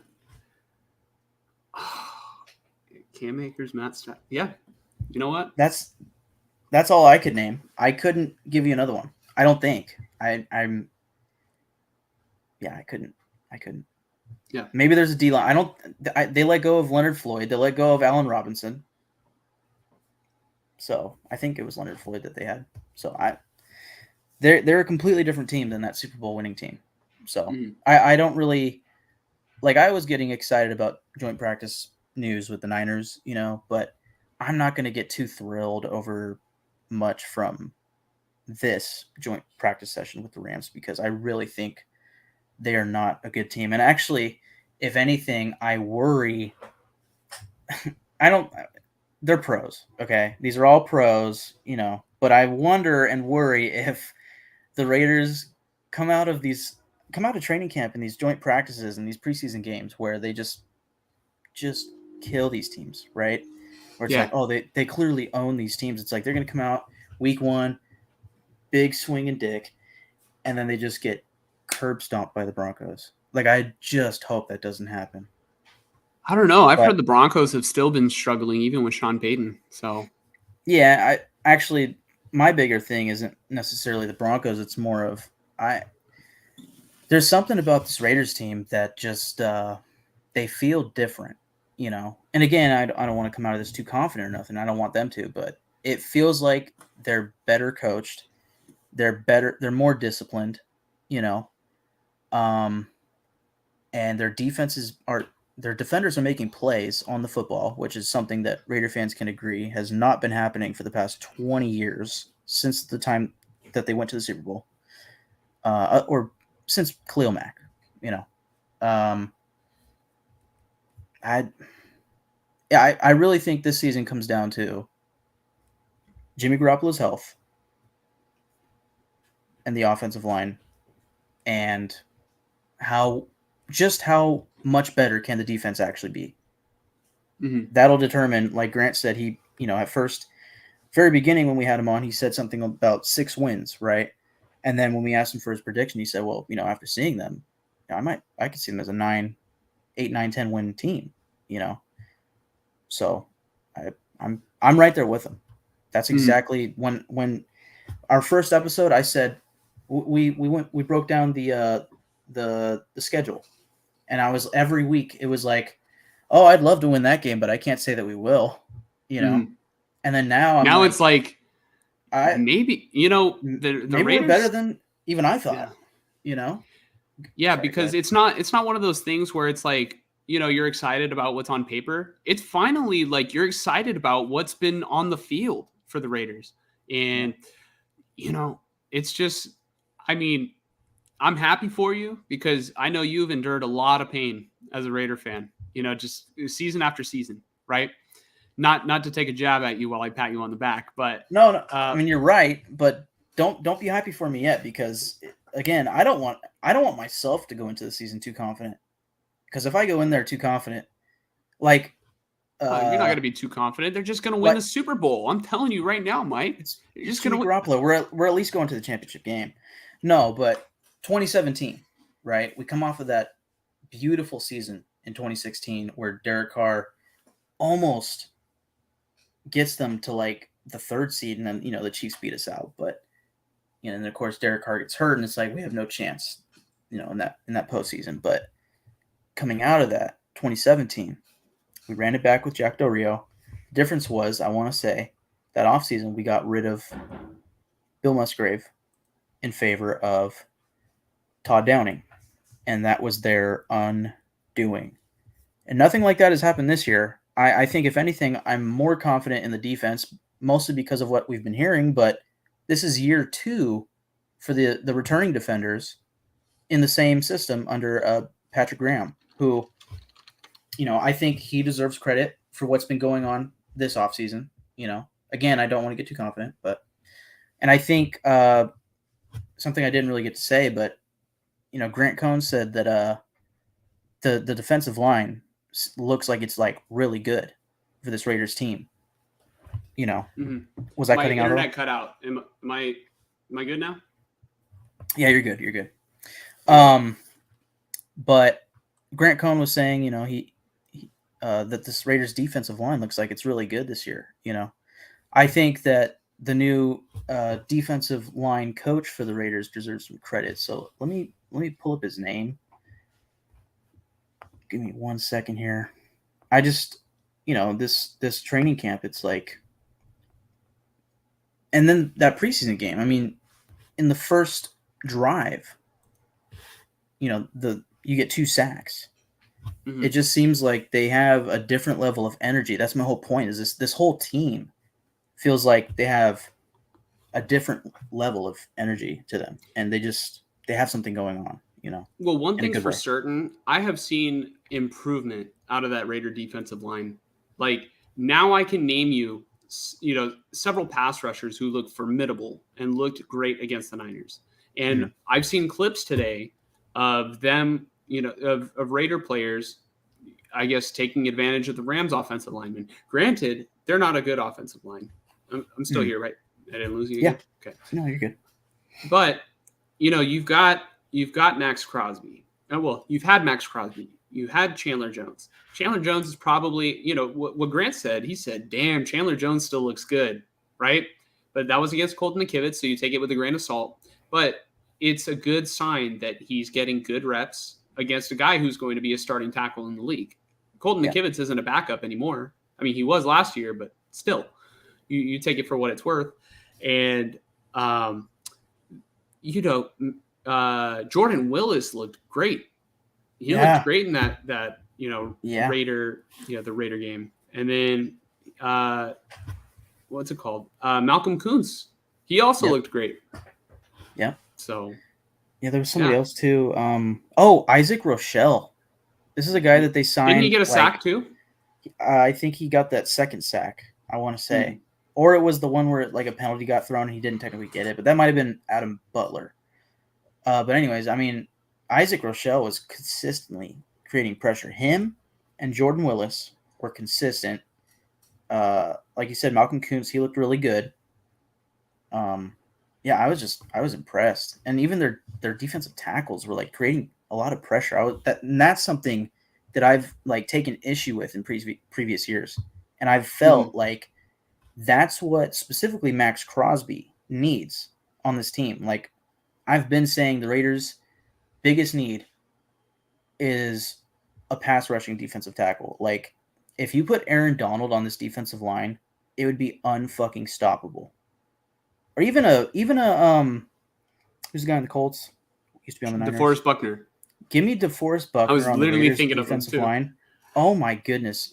Like, that's the thing, and that's why say Nick Bosa has been not. That's not just why. Obviously, Bosa's different, but when you have a defensive tackle like say Eric Armstead, who has to get maybe a couple of guys on him, you have to get him 2 blockers on him. I'm so sorry. That takes away one guy from Bosa, right? Like that's what Crosby needs is a guy that can take away that second or third offensive lineman that's blocking him, among other things. Rob Leonard, by the way. Rob Leonard is the name of the Raiders defensive line coach. He's got 11 years of experience, and last season he was the coach for the Ravens defensive line. Sorry, I'm going to go crazy theory mode right now. What if? All right, would you do this? We should have this like be a segment. Would you do this? If the Raiders, all right, let's just say there was a deal in place. The Raiders send 3 first-round picks to the 49ers in exchange for Nick Bosa. And you put Bosa on the other side of Max Crosby. That is a problem for defenses. Who do you double team? That's a problem for defenses. But we've already spent a first-round pick in Tyree Wilson. And I think they're hoping for Tyree Wilson. Let's just say you send him over here in this trade, or do you just keep him as depth, right? You guys have first-round picks to trade away, right? Theoretically, they could turn Tyree Wilson into a defensive tackle, kind of like who's the guy the Niners picked in the first round a couple years ago? Defensive Solomon tackle. Thomas? No, the guy who they replaced Buckner with. Kinlaw. Yeah, Javon Kinlaw. Like, I think, yeah, but I think they would like Tyree Wilson could kind of be seen as like similar to Kinlaw if he like put on a lot of weight and played D tackle, but he's an edge. I mean, he is massive. He is huge. If Tyree Wilson becomes the player that the Raiders want him to be, this defensive line is going to be a problem for years with him and Crosby. I don't know how long they're going to keep Chandler Jones, but for this season, having those 3 on the edge is nice. I think Tyree Wilson will probably start off a little situationally and then kind of build up into a significant role. But yeah, again, the defensive tackles are the big question for me. So, and then speaking of last thing, apparently the Raiders defensive line, to bring it all back to the joint practices with the Rams, apparently the Raiders defensive line was also giving the Rams offensive line absolute fits. And again, that's kind of expected because I just don't see it with the Rams this year, even their starters. Again, we couldn't name anybody past Van Jefferson as their 4th player. So I couldn't even tell you who their kicker is. I don't know. So yeah. I don't know. Is it still, was it Matt Gay last year? I think you're right. I think you're right. I kept I'm right because I had him in fantasy. Probably. I kept thinking Zuerlein, or Zuerlein, however you say it. But I think he's with like the Jets now or something. So I think so. But I think we're ready to move on to our next topic. But one thing I gotta ask you is first, you don't hear that fan back there because I swear it's loud, and I'm gonna be upset if it's like been loud. I'm gonna mute myself. Oh, okay. When you first unmute yourself, it actually is very loud. There was a moment earlier where I noticed it while like Grant was talking, and I was like, "Damn, that fan's kind of loud." But I'm not gonna make you like get up and go turn it down. It's not like bad, Mm-hmm. I think as you talk, your mic kind of adjusts or something, Oh well, I started turning it down. So can you hear it now? No, barely, but it's not anything, But you can hear me just fine, right? Yeah, there was no issues with you audibly, other than when your Wi-Fi went down at the very beginning, which was pretty funny. And it was still good with like with Grant, right? Yeah, he and I were just kind of he and I he kind of just went straight into how the media was kind of put inside by the that had to be the funniest fucking thing that I started off like that, and then I just like, dude, you know what? There's no way. I'm just glad that you got it came back on that intro. Well, that too. Yeah, I was sitting there like, fuck, he's the host of the thing. Like, what if it just like completely cut the whole thing? Yeah. Yeah. Thank God that it let me come back in.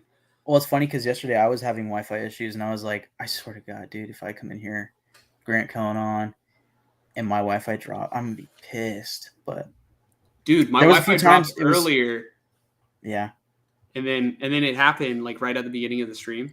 But so our next topic, we can either I didn't have this written down, but I don't know. Do you want to talk more about what happened in that preseason game? yeah, we can. Might as well. Okay, so what happened?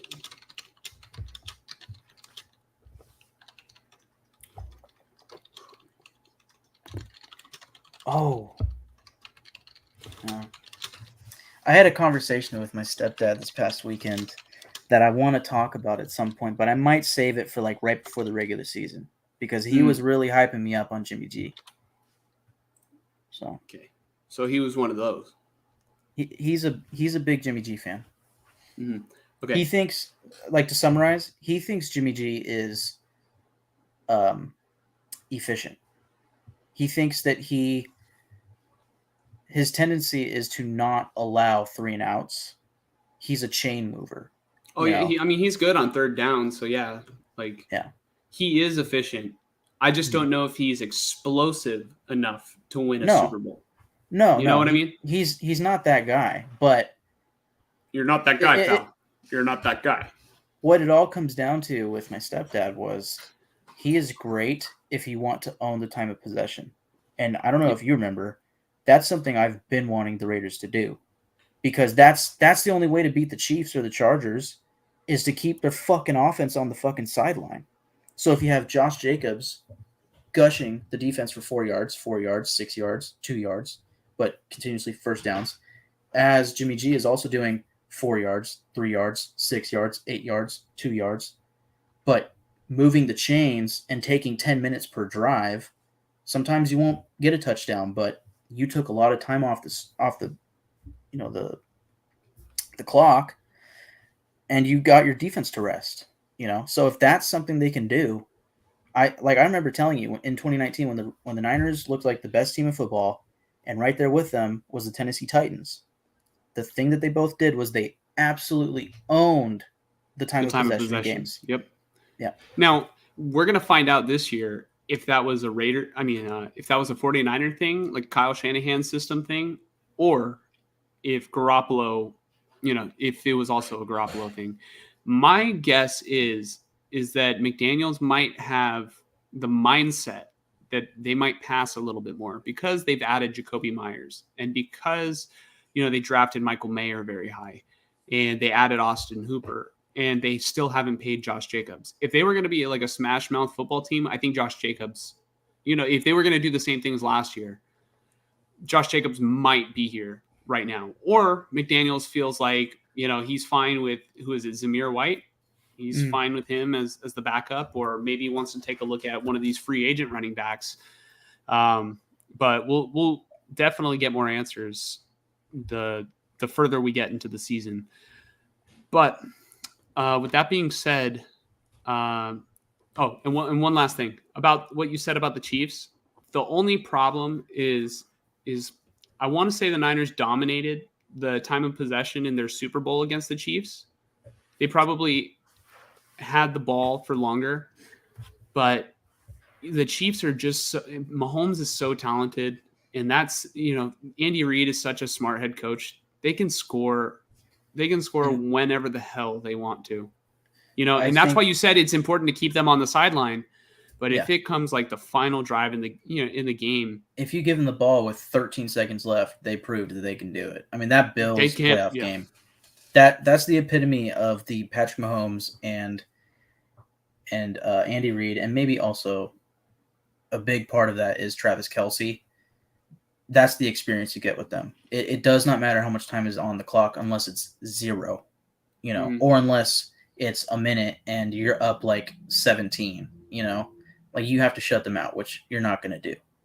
Yeah. So, it's tough, dude. I've heard Max Kellerman compare Patrick Mahomes to the Michael Jordan of football. And this was like before he ever won a Super Bowl, or maybe after he won his first Super Bowl. Mahomes really might be the Michael Jordan of football. I think when If his he career wins a is all couple said more and done, rings, yeah. when his career is all said and done, I think he will probably be labeled as the GOAT. I really do believe that, because there's no slowing him down. The only thing that will slow him down is when Andy Reid retires. That's my honest belief. Mm-hmm. But at that point, will he be like Brady to where he transcends the coach and retains all the knowledge? Yeah, Because Brady did. He switched to what's his face? Bill? No. Bruce Arians. Bruce Arians. Bruce Arians. Yeah, And was still able to win a Super Bowl. He went to a stacked team. Honestly, I mean, I know Mahomes is locked down in Kansas City for another 12 years or so. at least 8. 11. Yeah. I know Mahomes is locked there, but after that, he can just go to a win now ready team, and he probably will win a Super Bowl. I'd like him to do that ASAP.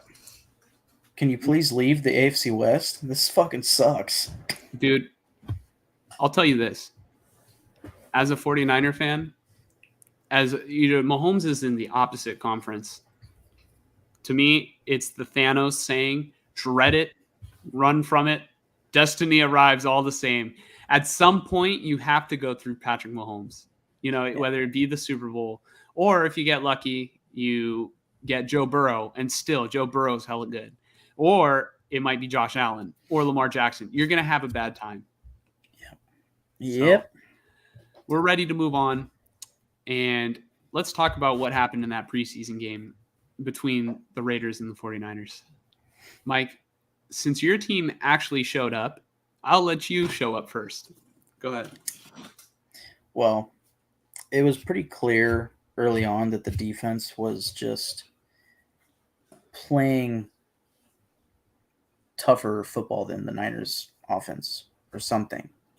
The defensive line was outright overpowering the offensive line for the first 3 drives. And a lot has been said about Trey Lance, but it's not all on him. I think a lot of the credit should go to the Raiders defensive line. And there were even plays where the defensive backs, the coverage was, so good that it held up Trey Lance and maybe led to a sack, So, I took notes of certain plays. Like the opening play was a sack, and I want to say it was John Jenkins and Jordan Willis, who, again, Jordan Willis was all over the field the first quarter of the game. I had heard nothing about him this entire training camp, and I was starting to get worried because I really liked the signing, and you kind of got me excited about him. And I hadn't heard anything, and I was like, is this guy just going to not make the team? It's going to be like Kuntz and Tyree Wilson and, obviously the top 2 starters, right? Is he somehow just not going to make this team? Maybe they keep another D tackle in place of him or something. But no, Jordan Willis is making this team. He might.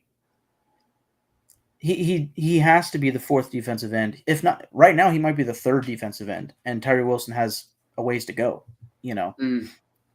Because that was impressive out there. I felt on that first play though, that first sack.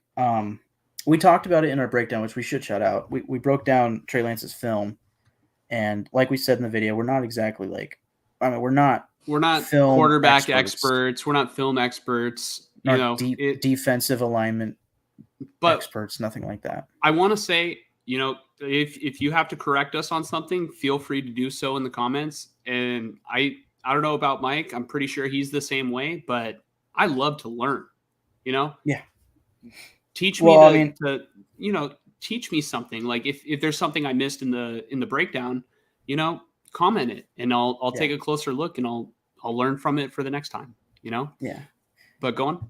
It's really easy to want to learn when you really enjoy something like we enjoy football. I mean, the fact that we have a podcast about it should tell you everything about how much we love football, right? For everyone at home, you might as well tune out now because I hate this sport. I don't know if you can tell, but I've never watched a football in my life.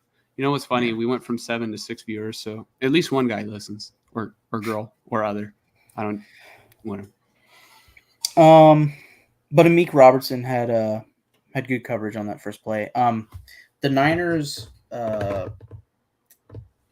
coverage team, like Greg Papa Their and secondary. Oh, they're the announcers, announcers. Yes, the commentary.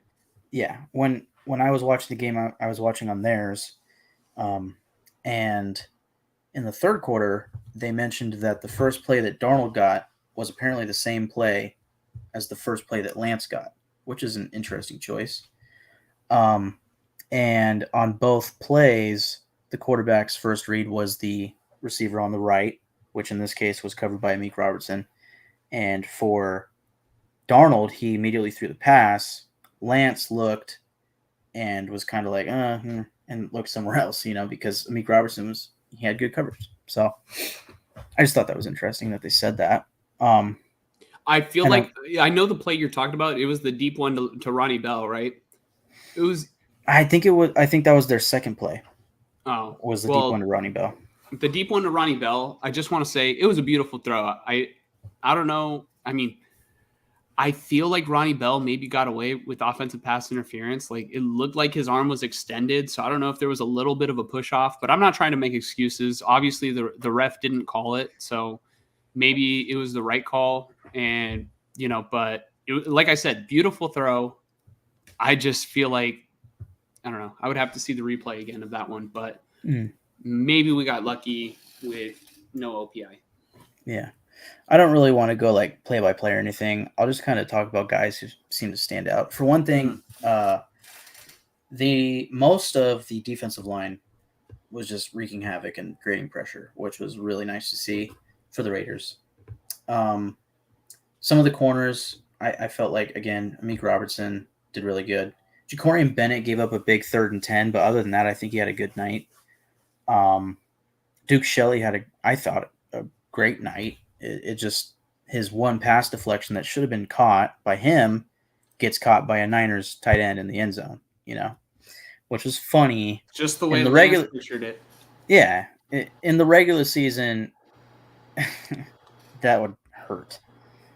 But, and that would totally happen to the Raiders. But again, I mentioned him earlier, Isaac Rochelle. He was a guy who was just like a free agent a month ago. And they picked, maybe 2 months ago, they picked him up. He looked great. Defensive end. I was kind of watching Dylan Parham a bit. He was doing great at left guard. I'll get to Aiden O'Connell in a little bit. Chris Smith, the backup safety, the 5th round pick, he looked good on kickoff coverage. I didn't really notice him much on defense. Amir Abdullah, backup running back, he looked actually really good. Like nothing crazy, but solid, even as a kick returner. Oh, Amari Burney, the linebacker, the 6th round pick, he got a sack. He should have had an interception on Trey Lance. The Raiders have been needing a pass covering linebacker. Is that right? Pass coverage linebacker? A coverage linebacker. A coverage linebacker.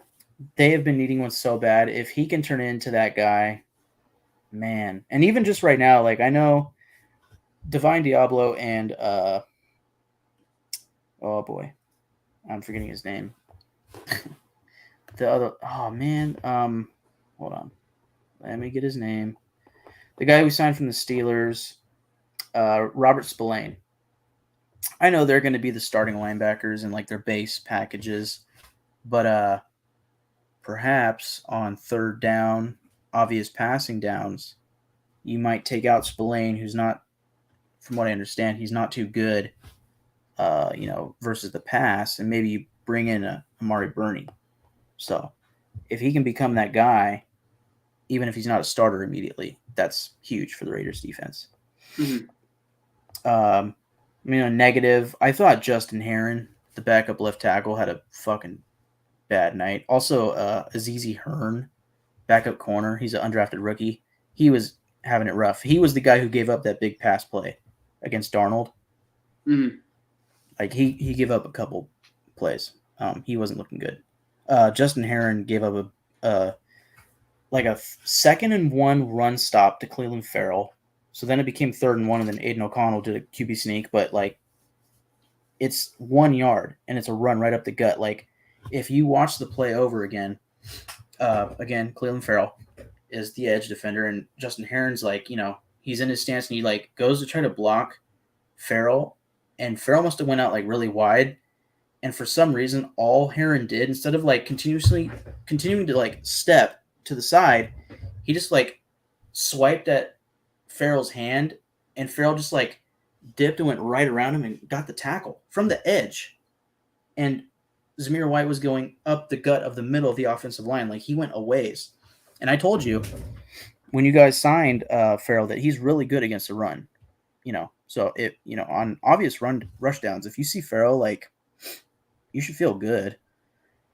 I mean, what I'm most excited about in terms of Cleveland Farrell is that he is paired up. I mean, he's a former first-round pick selected in the top 10, right? Number 4. Mm-hmm. Yeah. Number 4 overall in 2018 or 2018, right? Mm-hmm. Okay. So he was definitely selected with high upside. And, you just give Chris Kosarek these reclamation projects and he will do, he will work wonders. Have you seen Chris Kosarek coach, Mike? Have you seen like what it looks like when he's coaching D linemen? I haven't seen it, but obviously it works.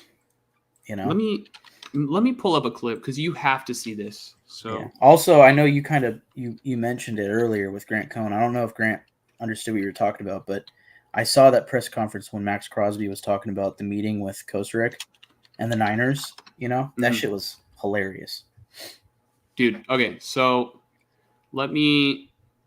hopefully this has audio, but this is from 2 years ago, but I swear Chris Kosarek is like this all the time. But he's just an intense coach, right? So you can see this, right? Yeah. All right. So check this out. Here. One time for the one time. One time for the one time. DJ versus Chris. One time for the one time. One time for the one time. He just ran in and he's ready. Once you beat him to the punch, roll your hips through before you escape. Bring the power to it before you escape. Why don't let bitch out and escape? Let it go. Let it hang. Let it go, DJ. Let it go. He gets down and dirty with the players, dude. Pause. But dude, he gets in their face. I love it, dude. Yeah. He makes them compete with one another too in the bag drills. I'm sure other coaches do that too, but Yeah.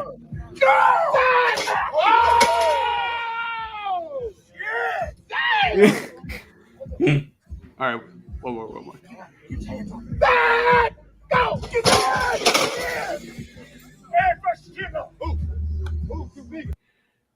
Get That's awesome, dude. I mean, there's more to the video, but we could go on all day watching that. And that's from David Lombardi. So shout out to David Lombardi for the video with the audio. Love it. Yeah. Just to roll back on the Raiders really quick, and I'm almost done with the Raiders, honestly, for this game. The last thing I want to talk about is Aiden O'Connell. But first, Justin Heron, again, backup left tackle. He gave up that run stop. He also gave up a sack like 2 plays later to Cleveland Farrell. I didn't like what I saw from him. And now I'm a little worried about the depth at left tackle because I want to say they don't have anybody else in the roster right now that can play left tackle. I don't think Jermaine Illuminor ever – I could be wrong, but I don't think he ever really played left tackle. He might have in the preseason last year, but I'd have to find that out. But point being – Question. Yeah. Well, So, one sec. Point being, Brandon Parker just got placed in IR. He, whatever it was, he got a knee injury, I think, probably a torn ACL or something, against the Niners in joint practice. It wasn't reported on at the time, but it was announced yesterday. He got put on the IR. This is 2 years in a row that he's been put on IR before the season even starts. And I think the past 2 years he's been intended to be their main, like, swing tackle. And he, the backup left tackle, of course. I've never cared for him. I've never had any confidence in him, but it sucks. And now seeing Heron struggle out there, it's like, all right, well, I'm going to need to see some more from Heron because I think he's our only option at left tackle behind Colton Miller. Mm-hmm. So my question for you is, has Colton Miller missed any games in the past couple of years? Because, I mean, since I don't pay it as much attention to the Raiders as you and other fans would, it kind of seems like he's a guy. I always hear that he's on the field, or I've never heard that he has injury problems, knock on wood, right? But he's kind of one of those Iron Man players. Yeah. From like what it seems like. Yeah, no, he definitely is. It looks like the past. Oh, I'm sorry, no. Okay, last year, he missed one game apparently. I don't remember what that reason was. This is from Pro Football Reference. But well, actually, 2021 perfect, 17 out of 17 games. 2020 14 games. 2019 16 games. 2018 his rookie year 16 games. And that rookie year, I remember he was injured like quite a bit, but he played through it. But yeah, I mean, for the most part, he has been, an Iron Man for this team, and I have to hope that he is again this year because, yeah, I had a lot of issues with this roster, coming into training camp. I think right now. And I could be a little too high on this roster and after training camp and these joint practices, but my biggest concern is no longer. That's debatable. I was going to say it's no longer the right guard spot. It's no longer the linebacker spot. It's probably backup left tackle, but I think I still worry and wonder about the starting right guard spot.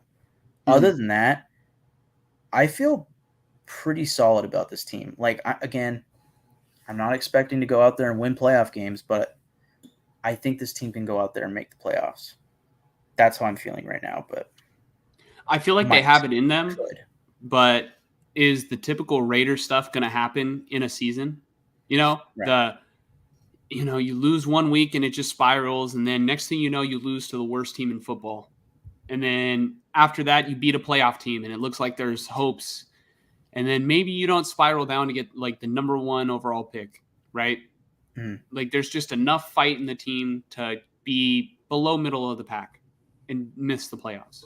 Yeah. Is that going to be, is it going to be one of those seasons for the Raiders, or are they finally going to have this new culture that will be built from Jimmy Garoppolo? And, maybe there's a little bit more buy-in, by the players to That's try what it and feels like. It's definitely from somebody who's watching the team from the outside. I mean, they just kicked the fucking Niners' ass. Everybody like strongly believes that the Niners have the best roster, and the Raiders dominated them for a whole week. Not even just all right. If it was like, if it was just the preseason game, it'd be like, well, it's the backup. Well, it seems like maybe the Raiders game planned or whatever, but the fact that it was in practice too, and you can say what you want about practice, but you practice the way you fucking play. That's just simple as it is in football. Okay. Yeah. So, and the Niners should be either the Niners should be super worried on how they performed against the Raiders, or the Raiders should feel damn proud of themselves. I'll say that. Yeah. Yeah. Because now the Niners got me thinking like, shit, dude, we're in trouble. We have no depth. The Raiders have me in shambles right now. Us just talking to Grant Cohn, it's like I was sitting there like, I had really never thought of this that hard. But I mean, you guys get an injury to Trent Williams and I don't know, Christian McCaffrey. How many games do you think you just lost just because of those two injuries? I don't know. Kyle's the kind of coach where he will win the games that you don't expect him to. And then the games that you do expect him to win, he'll find a way to fuck up. Right. We won week 17 against who ended up going and winning the Super Bowl to the Rams without Trent Williams. I remember that. So Colton McKivitz was the left tackle. who is now the right tackle, right? Hmm. So, I mean, we ended up down 17-0 in that game, but we came back and won. So, I mean, you know, to hang on to what you said about like you hadn't thought about that, or like you hadn't thought about it like a certain way in terms of like the Niners, like what happens if this happens, dude. That's like one of the main reasons why I continue to watch Grant. Is like, you know, maybe I don't agree with everything that he says, and you know, a lot of people dislike him, and honestly, there's a lot of people who I feel like dislike him and kind of act like cartoon character bullies online, like, oh yeah, take that, low life, like, you know, as if it's like from like a fucking like high school movie, like a bully. He gets But, like, unnecessary slack. I don't really get it. So. Yeah, or flack, not Flack. There unnecessary. you go. Slack. Yeah. But Flack. like, I mean, I get it. Like, he stirs the pot on Twitter and everything. But like, dude, it's just Twitter. It's not that serious, right? But like, if you actually watch his videos, listen to what he says, it's pretty rational. And I think he gets me thinking in a way that I didn't think before. Right. Yeah. And then it makes me think maybe that is going along. And then also you have to keep in mind, he's there actually watching these practices. And you know what everyone who's talking shit about him is doing? On the couch, thinking that they know, thinking that they know better. Right. Yeah. So, yeah. And then like, you know, there'll be people who are like, oh, you think you know better than Kyle Shanahan? And it's like, well, Kyle Shanahan still hasn't won a Super Bowl. So, you know, apparently he's done something wrong, because he's had a loaded fucking roster for like since 2019 now. Mm-hmm. He gets credit for building the roster. Don't get me wrong. But at some point, you got to build it and you got to win. Plain and simple. If you don't win, then you know what? You're going to be remembered like the way the 2012 Niners get remembered. Like, yeah, that was a badass team. But you know what? The 2012 Niners got, you know, they went to the Super Bowl, and then they, I guess, were like on the field for halftime against the game, you know, with the game against the Chiefs this past season. And apparently all they got was a golf clap. You only get standing ovations for Super Bowl, you know, for Super Bowl championships, right? That's how you get remembered. That's what gets you like up in the rafters. That's what gets your jerseys retired, right? Most of the time. There might be some players coming out of that Harbaugh era who might have their jersey retired. Patrick Willis, Joe Staley, Frank Gore. But Niners are running out of numbers, and you got to save that for the Super Bowl winners, because I better be alive by the next time they win it, right? Yeah. I have to see it at least once. Yeah. So I think for the Niners, it's like they are kind of skating on thin ice this year, it feels like, with their quarterback situation, and just how the past week again, it just feels like they are an extraordinarily top-heavy team, you know, and that's only going to get harder to get depth when you sign Boza, right? It's like you're not going to have money in free agency. You gave Javon Hargrave a $20 million deal per year, right? Their one thing going for them financially is that they don't have to pay a quarterback, even though technically they kind of are for Trey Lance, because it's the third overall pick. Well, guess what, Kyle? If Brock Purdy is the real deal, like you say he is, you're going to have to pay him soon. And if you don't pay him, you know what it shows? The Niners are cheap. It's what it shows. And it's what people say about the Yorks. They say, oh, cheap-ass stadium. Is, you know, they moved out of one of the best cities in America. Well, I mean, it's kind of rough right now with all the crime and all the homeless people. But, like, they should have never left San Francisco. And, you know, they need to get that cornerstone quarterback. The Yorks still have not had one. The closest thing they had was Jeff Garcia and Colin Kaepernick. And Alex Smith for a little while, you know, was good too, but it was extremely short-lived from when he was good to when Kaepernick just transcended, you know, and took over the team. Yeah. So what is our next topic? Okay, our next topic, I just want to brush on this, you know, slightly. This might, you know, be like a really quick thing, but it'll be paired in probably with, you know, what happened in the preseason game. But Devontae Adams returned to practice. I just added this right now because I just remembered, you know, maybe we just wanted to briefly mention it. But because last time last time we were on live, we said Devontae got knocked out of practice, and with a hit or a collision with Oren Burks, and Devontae Adams had to get helped off. Yeah, And that's what somebody said, and he was hobbled and all that. It like when it was first tweeted about, it was like, oh shit, like how serious is this? And then, within an hour, it was like, it doesn't sound like it's that serious. And then Josh McDaniels goes on a press conference, is like, I don't think it's crazy serious, is the way that he put it.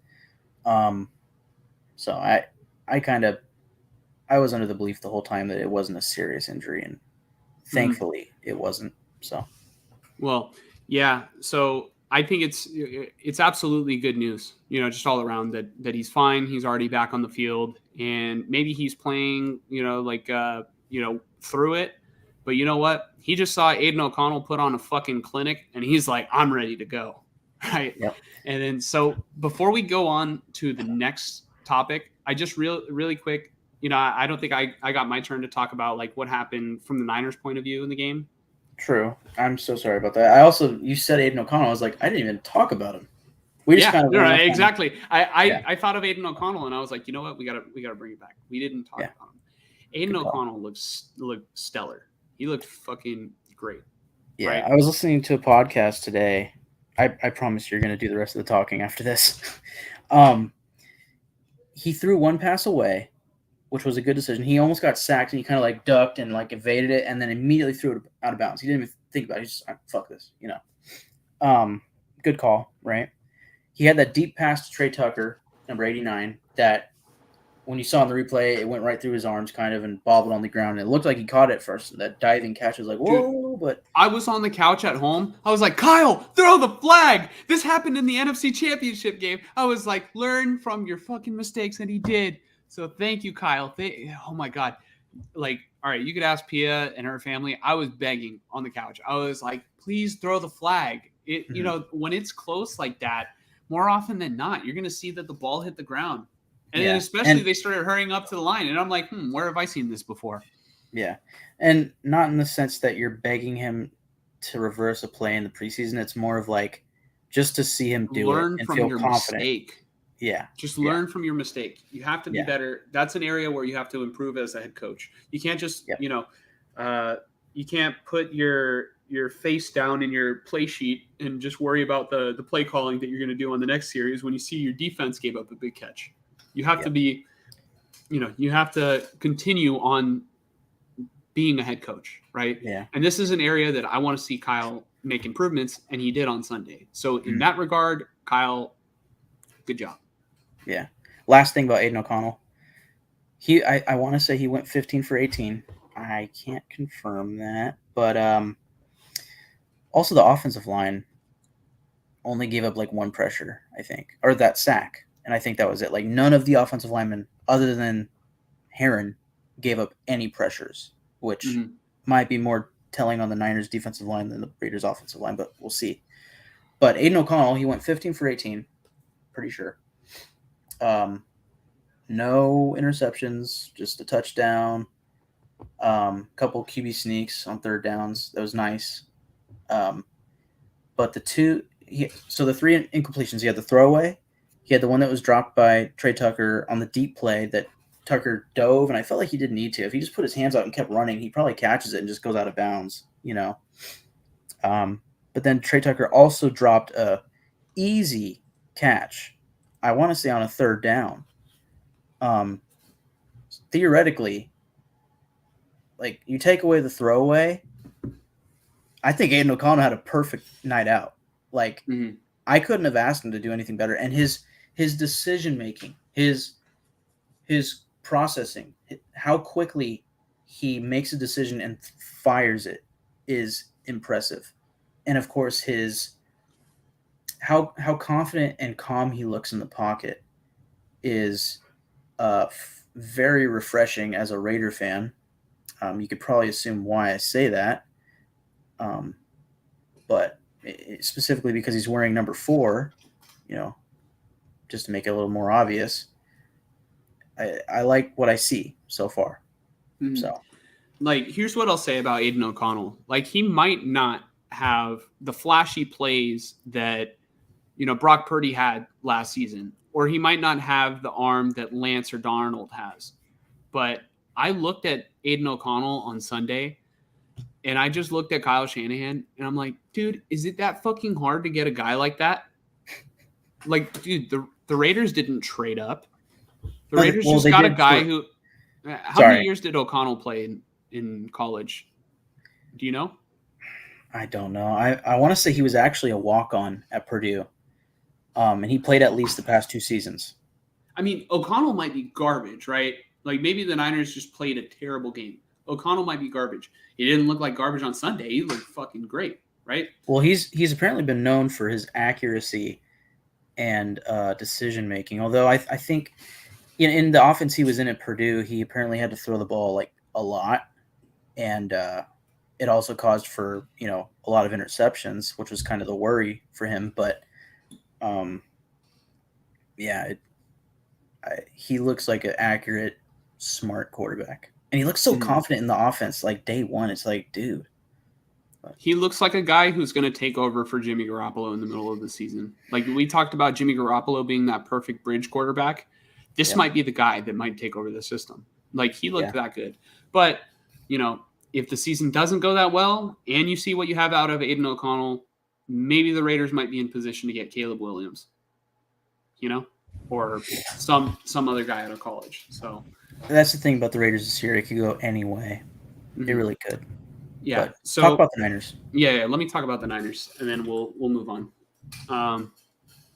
So what stood out to me in this preseason game was definitely the Kyle challenge, right? Even though Lance wasn't good, right? I mean, I think we can all say that he wasn't good, and I'm not saying he's a bad player. It's just one preseason game. I'm not going to overreact. And we did a film breakdown. I don't think he was as bad as everybody else said. But so we saw Lance's floor, right? We saw the floor. And maybe the floor could have gotten lower with those interceptions, but I think we kind of take those into account with what it looked like on Sunday. I thought Ross Dwelly played a hell of a game, right? He saved Lance from another interception. He had the one where he had to catch the ball that was behind him, and it was going to hit one of the Raider defenders right in the chest for a pick six. Ronnie Bell had a great game. He might have been the player of the game for the 49ers if it wasn't Ross Dwelly. The offensive line just got fucking bullied, right? And then Jordan Mason missed, he missed that catch that could have gone for, huge chunk, right? And I think it forced Lance off the field after that. And then they had to start another series, and then they ended up driving down just fine. Lance led a pretty good drive with 2-minute drill with less than a minute left.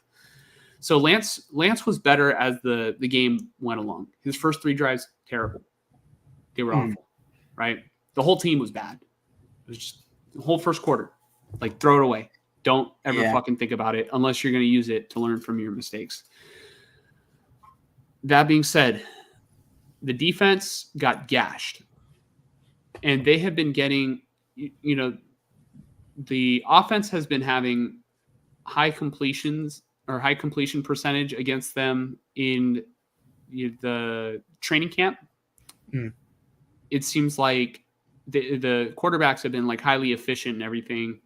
There might be cause for concern for this defense because if Nick Bosa has to miss time, due to contract stuff, hopefully he doesn't. Hopefully this isn't a factor. It didn't seem like the pass rush was getting home for the 49ers. They struggled, and this is the Raiders' backups, right? Right. The only one was Cleveland Farrell, of all people. Yeah. I thought, hopefully I never get threatened by Kinlaw, but Kinlaw didn't look good. Yeah.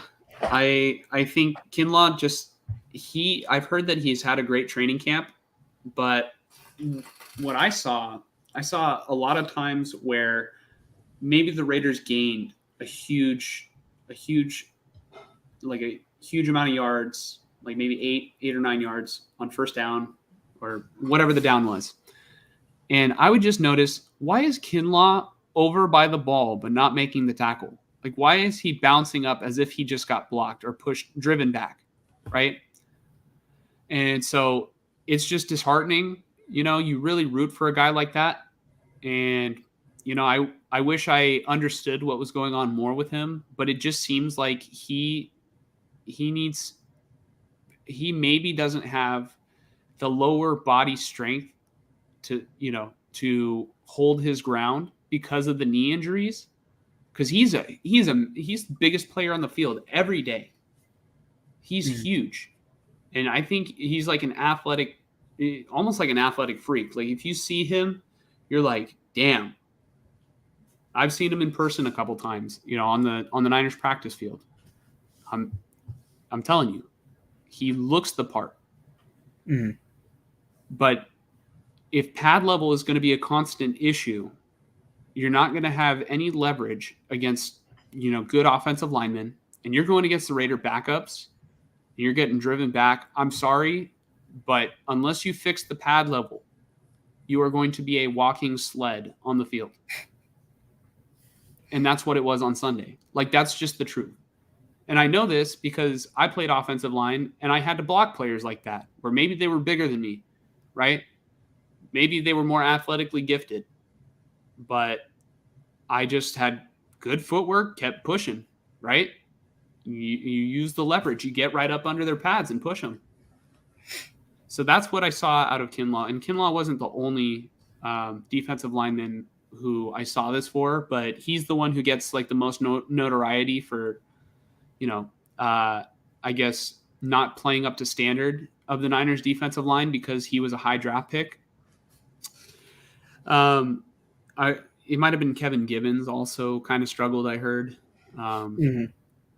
But I mean, I know I saw Kinlaw like beyond the line of scrimmage a couple times. Chris Conley and is it Ambry Thomas? Ambry Thomas. Those were two guys who kind of stood out to me early on in the game. And then also just two more Raiders that I completely whiffed on and didn't mention. Cole Fotheringham and Dalton Wagner. Fotheringham, I think they're both undrafted free agents this year. What a fucking name, Fotheringham. Cole Fotheringham, I know. Fotheringham. He was the tight end. Maybe I'll make a thumbnail of like somebody coddling like a little ham, Fotheringham. If and I'll put his face on it. Yeah. I'll put his face on it. There you go. He was the guy who just kept at tight end. This is our fourth tight end on the roster. They set their top three tight ends. So Hooper, Mayer was hurt, and Jesper Horsted didn't play. But Fotheringham looked great as a fourth tight end, and I don't necessarily think they'll keep four. So he might, if he ends out on waivers, when the cut downs to 53 happens, like somebody should scoop him up because he looked great. And then Dalton Wagner's the undrafted free agent at right tackle. He looked like a fucking beast out there. Yes, he did. That's another player who also played very well. If they could keep him at this rate, if he plays like that the rest of the preseason, like they can't. He should be the starter. Well, no, they're solid. If he plays like that, yeah. Well, that's the thing. I mean, they have these issues with right guard. I'd be all for them putting Illuminor at right guard and then having it be a battle between Mumford and Wagner at right tackle. Maybe Wagner could be, maybe they could transition him to guard because, I mean, he just looked powerful. He's super tall. Okay, but isn't he kind of stubby? Like, like a chunky guy? I don't know. I'd say if anything, that's Illuminor, Okay, then yeah, I guess you want to move Illuminor inside, to go against those bigger nose tackles. But yeah, Wagner looked pretty well. I mean, he looked really good. Yeah, I didn't mean to hijack the Niner talk. I had to talk about them. So no, you're good. I'm glad that you did because I forgot about Wagner, but Wagner should not forget about Wagner because that was good shit on Sunday. Yeah, I can't wait to see more of him. So Yeah. So, is there anything else that I wanted to talk? Oh, yeah. So you mentioned Ambry Thomas. I did notice Ambry Thomas had a good couple of plays, which is encouraging for him. But he's kind of a tough player to gauge because at the end of 2021, it really seemed like Ambry Thomas was kind of coming into his own, and then 2022 last season, he just wasn't that guy. What I noticed out of Ambry Thomas when I saw him at the open practice, I'm like, but this is when he was a rookie, so maybe he's like filled out his body a little bit more, but he just looked undersized. And a lot of the stuff that I hear about Ambry Thomas is that he gets picked on at practice, and it's like he'll be in the right position, but he just doesn't have ball skills. So, he's one of those guys who's definitely fighting for his spot on this team. And I think Sunday it was probably a good showcase. I say that now, but I didn't see the defensive film, and I know the Raiders were able to complete any pass that they wanted. So I don't know if Ambry Thomas was getting cooked, and it flew under the radar for me. You know what I mean? Yeah. But he did have some good plays. So, the last player that I'll probably talk about, unless another one comes to my mind, is Jake Moody. I was telling Pia's dad, I was like, man, the Niners I think it was 4th and 1, and they were in field goal range, like early in the game, or second quarter. Lance was at quarterback, and I was like, they should go for it. And then I was like, but then again, they have a rookie kicker. The rookie kicker needs to practice too. Yeah. And apparently he really needs to practice, right? Because he has the leg. He can kick it deep. But as I said on Sunday to Pia's dad, I said kicking in a game, and he knows this already, but kicking in a game is way different than kicking in practice, right? It's the mind games. It's what goes on up here. Really, like, besides having a really strong leg, most of being a kicker is just staying mentally strong. And so the Raiders gave him good practice because he got iced twice. Not to be confused with Ice Spice. No, they iced the kicker twice. And he just got practice of what it feels like at the NFL level in that situation. And I know he comes from Michigan, and Harbaugh, I want to say, vouched for Jake Moody as like a really, he's really strong mentally. And, that kid had to fight for his job, and, all this and that. But Jake Moody, I really hope you don't get discouraged by what happened on Sunday. You just got to let it go, and you got to go forward and just practice and take it with a grain of salt that, what, that's what missing a kick missing a kick in the NFL is like, right? And on the other hand, the 49ers, make sure Robbie Gould is in shape, just in case.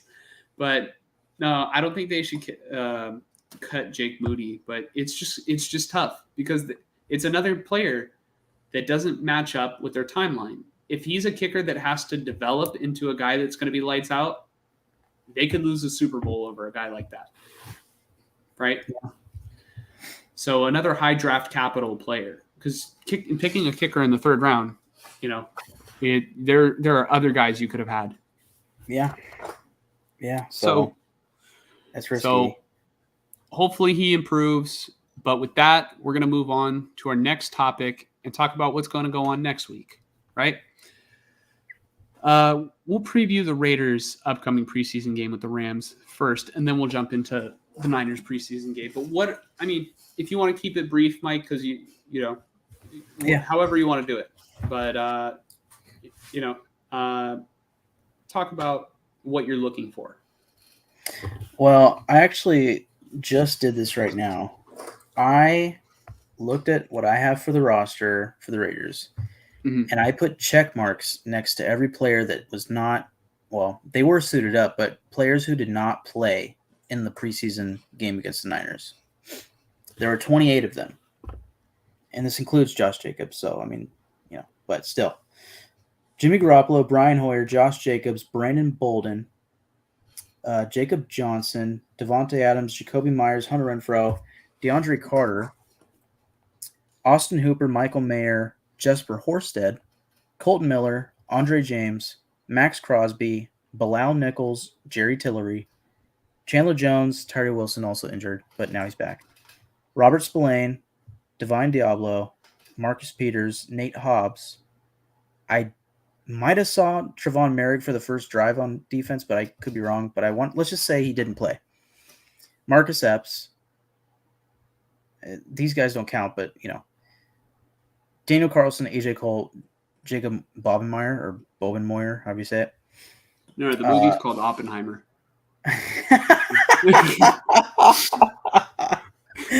Yeah. Great fucking movie, by the way. Oh my God. But those 28 names that I just named, other than maybe Brian Hoyer and Brandon Bolden, I consider them to be locks to make this team. And then you add in other draft picks who played. So Aiden O'Connell, I mean, this is last year's draft, but Zamir White, he's a lock to make the team. I think Amir Abdullah might be a lock to make the team. Trey Tucker, Dylan Parham, he played, but he's a starter, right? Jermaine Illuminor and Thayer Mumford, I think they're both locks to make this team.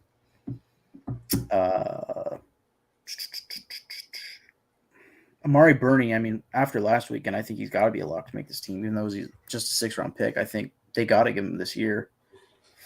And Jacorian Bennett, right? So you add those names in there and maybe Chris Smith. That's at least 5 more guys, probably more. So that's at least 33 players that I just named. Probably more like 35. So you have less than 20 spots left for a 53-man roster if you're including Josh Jacobs. Less than 20. So, these next 2 weeks, let's find those 20, we were just talking about him, but for the sake of this being a different topic, Dalton Wagner, is he gonna separate himself and become a guy that needs to make this team? Because my viewpoint was, he's an undrafted free agent. He probably won't show out, and they can just cut him, and then come join our practice squad, and then maybe they hope to develop him, and then in a year or two he becomes perhaps a swing tackle, or even their starting right tackle in a couple years. But now, if he keeps playing the way he did against the Niners, you can't cut him. You just can't. Isaac Rochelle, Malcolm Kuntz, some of those D tackles. I didn't even mention Byron Young, another draft pick. Jordan Willis, Luke Masterson looked solid out there. Curtis Bolton looked good at linebacker. Darian Butler even looked good. Like, they're gonna have a hard decision at linebacker. They got some injured corners, Faison and David Long. Duke Shelley looked good. I think he's making the roster. Oh yeah, he did. Robert, yeah, dude, I didn't even mention that play that he made to almost get the pick in the end zone. Like, obviously the outcome was not favorable, right? The offense scores a touchdown. Their only touchdown of the day, by the way, and we didn't even mention that. The offense scores a touchdown, whatever. That was a hell of a hustle play, dude. He fucking closed the gap between him and was it Chris Conley or was it Tay Martin in the back of the end zone? It was one of the two. Yeah. But damn, dude, the hustle. He fucking wants it. Yeah. Again, just to kind of I mean, he didn't want it enough to pick it off, but damn. Yeah. We did a film session on Trey Lance. Yeah. And when you watch that play, you could see it's a heads up play because I'm pretty sure he's in zone and he's on the other side of the field. He's yelling at I think it was Roderick Teamer, like, hey, pick him up. He's coming and he's going to be wide open if you don't. And you could see him like making a hand motion like this. And then finally he sees Trey Lance is like loading up to throw. He's like, he runs over there and I would say that you need in the secondary, especially you're going against Patrick Mahomes, you're going against Russell Wilson. These guys like to throw the ball deep, right? Yeah. They like to take shots. You have to be able to close the gap in the Justin Herbert, dude, you're in the perfect division to have a guy who's going to close gaps like that. Yeah, well, that's why I love the idea of Jacorian Bennett. He's supposed to have like 4.3 speed. So Yeah. yeah, actually, this is something I didn't get to say for the Rams uh, joint practice today, but apparently, actually, today at joint practice, it was Duke Shelley playing with the starters at corner alongside Marcus Peters and Nate Hobbs instead of Jacorian Bennett, who had recently been usually the starter. So I I think Duke mean, Shelley might have shown I think something. he earned it. I Yeah, think he earned yeah, it. He picked off Trey Lance in practice too. yeah, yeah. So I mean, everything's in pencil right now, but that was kind of my assumption coming in a month ago or 2 months ago was it's going to be Duke Shelley or Jacorian Bennett or Brandon Faison, who is currently injured, and there's no timetable on when he's going to return. So I'm telling you right now, if Duke Shelley continues to play like that, I mean, he's gonna make or cause a lot of turnovers. yeah, Whether it's him picking it off or him tipping it to another player, hustle like that. I mean, damn, Lance. I thought Lance threw a pretty good ball. I mean, it was a little bit more towards Shelley, but you make people think that people are open in the back of the end zone. But in the NFL with players like that, you're not. You're throwing into, he's like a hawk. You know what I mean? A ball hawk. yeah, yeah. I So I would like to think that. I at mean, least on that yeah, play, he was. And it sounds yeah, like in the training camp versus the Niners, the joint practice, sounds like he was. So yeah, yeah. I mean, he was one of my favorite free agent signings this year, based off of what I had heard and seen from him and statistically and everything. So my main thing to look for, other than like just as a fan of the Raiders, like looking for the backups and trying to see like who deserves to be on this team. Those 20 guys that we're looking for, right? But the Chargers played the Rams last week in preseason week 1, and they ran for like north of 200 yards on this fucking team. So I'm curious to see how the running backs do for the Raiders next week. mhm. And also, just to keep it on the running backs, I mean, they have Damian Williams. He played a little bit versus the Niners and actually had the longest run for the Raiders. But Britton Brown, I don't even think he played. He's a former 7th-round pick for this team last year. McDaniels and Ziegler's first year in the draft for this team. I don't know what's going on with Britton Brown. I don't know if he's injured or if he's just getting phased out. And it's like, well, we'd rather see some of the Sincere McCormick, number 47, who scored 2 touchdowns last week. So, I said that Brandon Bolden didn't play, and that might mean that he's a lock to make this team. But similar to Brian Hoyer, it's like they're pretty old for their position. Like maybe you had him last season and then you have him this offseason or this training camp, and it's like, hey, help teach up the young guys. Help teach Zamir White and Amir Abdullah how to run this offense. And then once training camp ends and it's time to cut to 53, it's like, we'd rather keep McCormick over Bolden, And it could be Josh Jacobs, Zamir White, Abdullah, and McCormick at running back, or even Damian Williams, Mhm. So, and of course, that's barring Josh Jacobs plays and gets signed and all that. But yeah, that's just something I'm looking for this weekend. Mhm. All right. Are we ready to move on? Yes, sir. Okay. We're previewing the 49ers' upcoming preseason game with the Broncos. Now, one thing I realized is I didn't 100% check to see if they're playing the Broncos. So They I are. hope. Okay. Yeah. I just kind of typed it. I was like, I think they're playing the Broncos, and I did not have the time to double check. But we're here now. The game versus the Broncos. What I'm going to be looking for is if Lance can show something, right, to raise that floor, right. We saw a rough outing against the Raiders, and the main thing I want to see is, can he improve, right? The national narrative, if he does improve, like I said earlier, is that he's going, oh, you don't know what you're going to get out of him out of which week, right? I don't think Purdy's probably going to play against the Broncos, maybe a drive or two, if that, but I don't think it's currently in the plans right now. I think the plan, you know what? Actually, I think Shanahan said that Darnold's going to start the first half. And I think Darnold might get the entire first half, which I think in the last video I said that's going to happen. That was going to happen no matter what Trey Lance did. I don't think Trey Lance got a demotion, demoted to quarterback 3. I think that Shanahan has showed all training camp is that he had this plan for the way that he's going to sub in Darnold and Lance. They've been pretty even on their reps. So if Lance got the first nod in the first game, Darnold's going to get the first nod in the second game, right? One thing I would love to see, because there's more film of Sam Darnold out there. And there's still part of me that's holding out hope that Trey Lance can work out. I don't know if it'll ever happen for the Niners, but he needs the reps now. If Darnold shows you what you want to see, Kyle, early on in the in Sunday or Saturday's game, if he shows you early on what you want to see, put Lance in there. He really needs to play. And honestly, maybe give Darnold a full quarter and then you see what you want, just put Lance in, and Lance could maybe play 2 quarters and a half. And then you get Brandon Allen towards the end of the game. But Lance needs that experience. It's pretty clear that he got better as the game went along, right?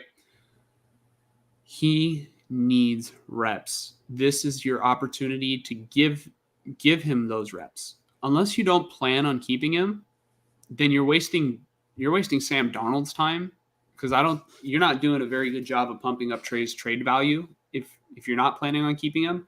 Or if you're planning on cutting him, just fucking cut him already, right? Let him be free, right? If that's your plan. Obviously, I'll be pissed off if they cut Lance, right? I'm a Lance guy. But let him play. See what you got.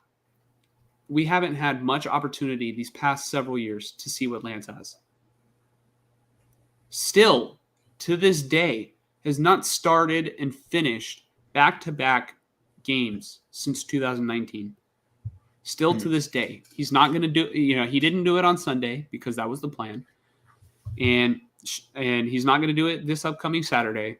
And Shanahan even said he would have loved to see more reps out of Lance. So, first off, I want to address that. Kyle, I don't know who the fuck you think is calling the shots, but it's you, dude. You literally have that power to put him back out there, right? And instead, Brandon Allen, who's probably not going to make the team, got reps. But I understand the plan was to give Darnold, the start in the second half. He saw what he wanted to see, and then Brandon Allen, fine. And then it's not going to be good for Lance to have that big of a break in between when he last played. I understand that. But as soon as Darnold is done on Saturday, let Lance go for his, let him play. Just please. If not for Lance, do it for me, Kyle. I have been dying to see this kid play for 3 years. Well, 2 years, right? 2 years and some change. But yeah. Just put him on the field. Also, I see a comment by Paulo. Grant was on earlier, so if you want to watch that segment, feel free to rewind. But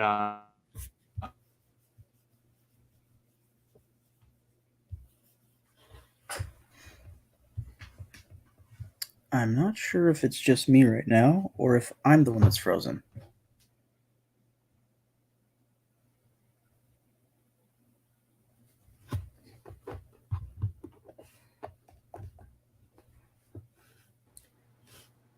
I'm back. Sweet. Okay, so it was you. I was like, I don't know. This one felt like it was me, but that's fine. No, it was me this time. It's been me all day. Okay, but yeah, I don't think Grant's a bad dude. I met him a couple times. He's a good dude, so be nicer. Sorry. So just to clarify, and probably because we'll probably cut that when we post this later. Yeah. You mentioned a comment. Can you just kind of say that again? Oh no! Somebody was asking where Grant was, but I didn't really care for their choice of words leading up to when he mentions Grant. So, Gotcha. yeah. Aside from that, let's go ahead and move on to our next topic. I think we're ready, right? Unless you had stuff that you wanted to say about Niners preseason game. You know what? All right. Let me continue because I only talked about Lance. Other things that I want to see. I want to see Jake Moody improve. I would like to see. I would like to see the run defense be way better, right? I think Javonte Williams might play. Yeah, that's what I was going to say. So if Javonte Williams plays, you've got a running back that is or was in the past explosive. So make him look bad. Come on. Stuff up those holes. Javon Kinlaw, you have to work on that. Yeah, pause. You got to work on that pad level. So other than that, I want to see the defense vastly improve. This is a good opportunity for Steve Wilkes to let us fans know that we don't have anything to worry about because last week was a bad week out of the 49ers. I think what I'd like to see out of the Niners is more intensity and more ferocity, more drive to beat the other team. Okay, but you say that, and apparently day 2 of the joint practices with the Raiders, the Niners apparently came out with high intensity. Yeah. Now, granted, they still got their ass whooped, but they just, I don't know if Wilkes needs to make an adjustment, but I would say this problem wasn't here before Wilkes, and I wonder if the players just kind of have to adjust to the defensive coordinator being up in the booth rather than on the field. Well, I think it's not just the defense. I think it's the offense too. I think the offensive line needs to play better. Oh, absolutely. And let me get to them. Yeah. The offensive line improved as the game went along. I think they might have made a couple substitutions in there, but I want to see them build off of that. And definitely don't start the way that you did. Right? Because you're going to make Sam Darnold look bad. And then, there will be a section of the fan base that'll take victory laps off of that. I think nobody wins in that perspective. You want to have great quarterbacks, right? All of them. Go ahead. Sorry. Oh no. That's what I was going to say. Mm-hmm. All right. Well, I think we're ready to move on. So we're going to talk about Jed York being accused. He's being sued right now, I think, by 2 other shareholders of Chegg. But he is being sued for insider trading on hold on. My Wi-Fi crapped out, the article that I'm going to present also crapped out. But here we go. I'm not going to read and go through the whole article, but I will talk about what exactly he's being accused of. So Jed York is invested in Chegg, and he owned a bunch of stocks. And Chegg's stock really went up in 2020 when the pandemic really hit. And right. He is being accused of knowing that there was going to be a lawsuit coming Chegg's way about fraud concerning people cheating. So just for reference, sorry, what is Chegg? Chegg, okay, so Chegg is this platform that students are able to look up answers online if they pay monthly. Chegg claims that it's not to be used to cheat in college, right? Or on exams or anything. Yeah. But it's supposed to be used in a way so that way you learn. Right. But everybody was using it to cheat through college, right? I have classmates I know that they would just use Chegg, right? Mm-hmm. You're practically buying the degree at that point, especially when everything went online and you're taking your exams online, right? There were students who just would copy paste the answers, maybe write it a little different way. If it's a multiple choice exam, do it a little different way. But it's not just that the answers are there. Like you might be thinking, well, couldn't the professor just change the test, right? Which is true, but on Chegg, if you pay, you have to pay in order to get like all the answers, right? If you pay, you are able to put the question online and have a tutor, or a tutor solve the problem for you. And that answer will be online for anybody else who uses Chegg to also do it, or to also use it. Right. So you've got all these people cheating, essentially. Yeah. And so that's what Chegg is being sued for. And then so Jed York, I guess, sold a bunch of stock at, let me see here. I think it said Chegg shares regularly traded for between 80 and 90 a share from the fall of 2020 through 2021, hitting a peak of 113. And I want to say that York is being accused of selling around the high, knowing that it wasn't going to be sustainable because there might have been a lawsuit coming, for fraud. Right. But I mean, the reason why I wanted to talk about it, not so much about really caring about Chegg or whatever. I've heard of the platform and I know people who have used it, but I guess I just wanted to talk about the possibility that this could be similar to the 1999 gambling scandal with Eddie DeBartolo, when Eddie DeBartolo, I guess, gave over the ownership to his sister, right? So what happened in DeBartolo's case was a little bit different because I think he bribed a governor over in, I want to say it was Louisiana or, some place in the South, I believe. Don't quote me on that. But he bribed in order to get like a license to build a casino or something. And he got caught bribing the governor. And that's a huge no-no. And so he felt so disgraced that even when he was able to get acquisition back of the 49ers, he wasn't interested in returning. So bringing us back to Jed York.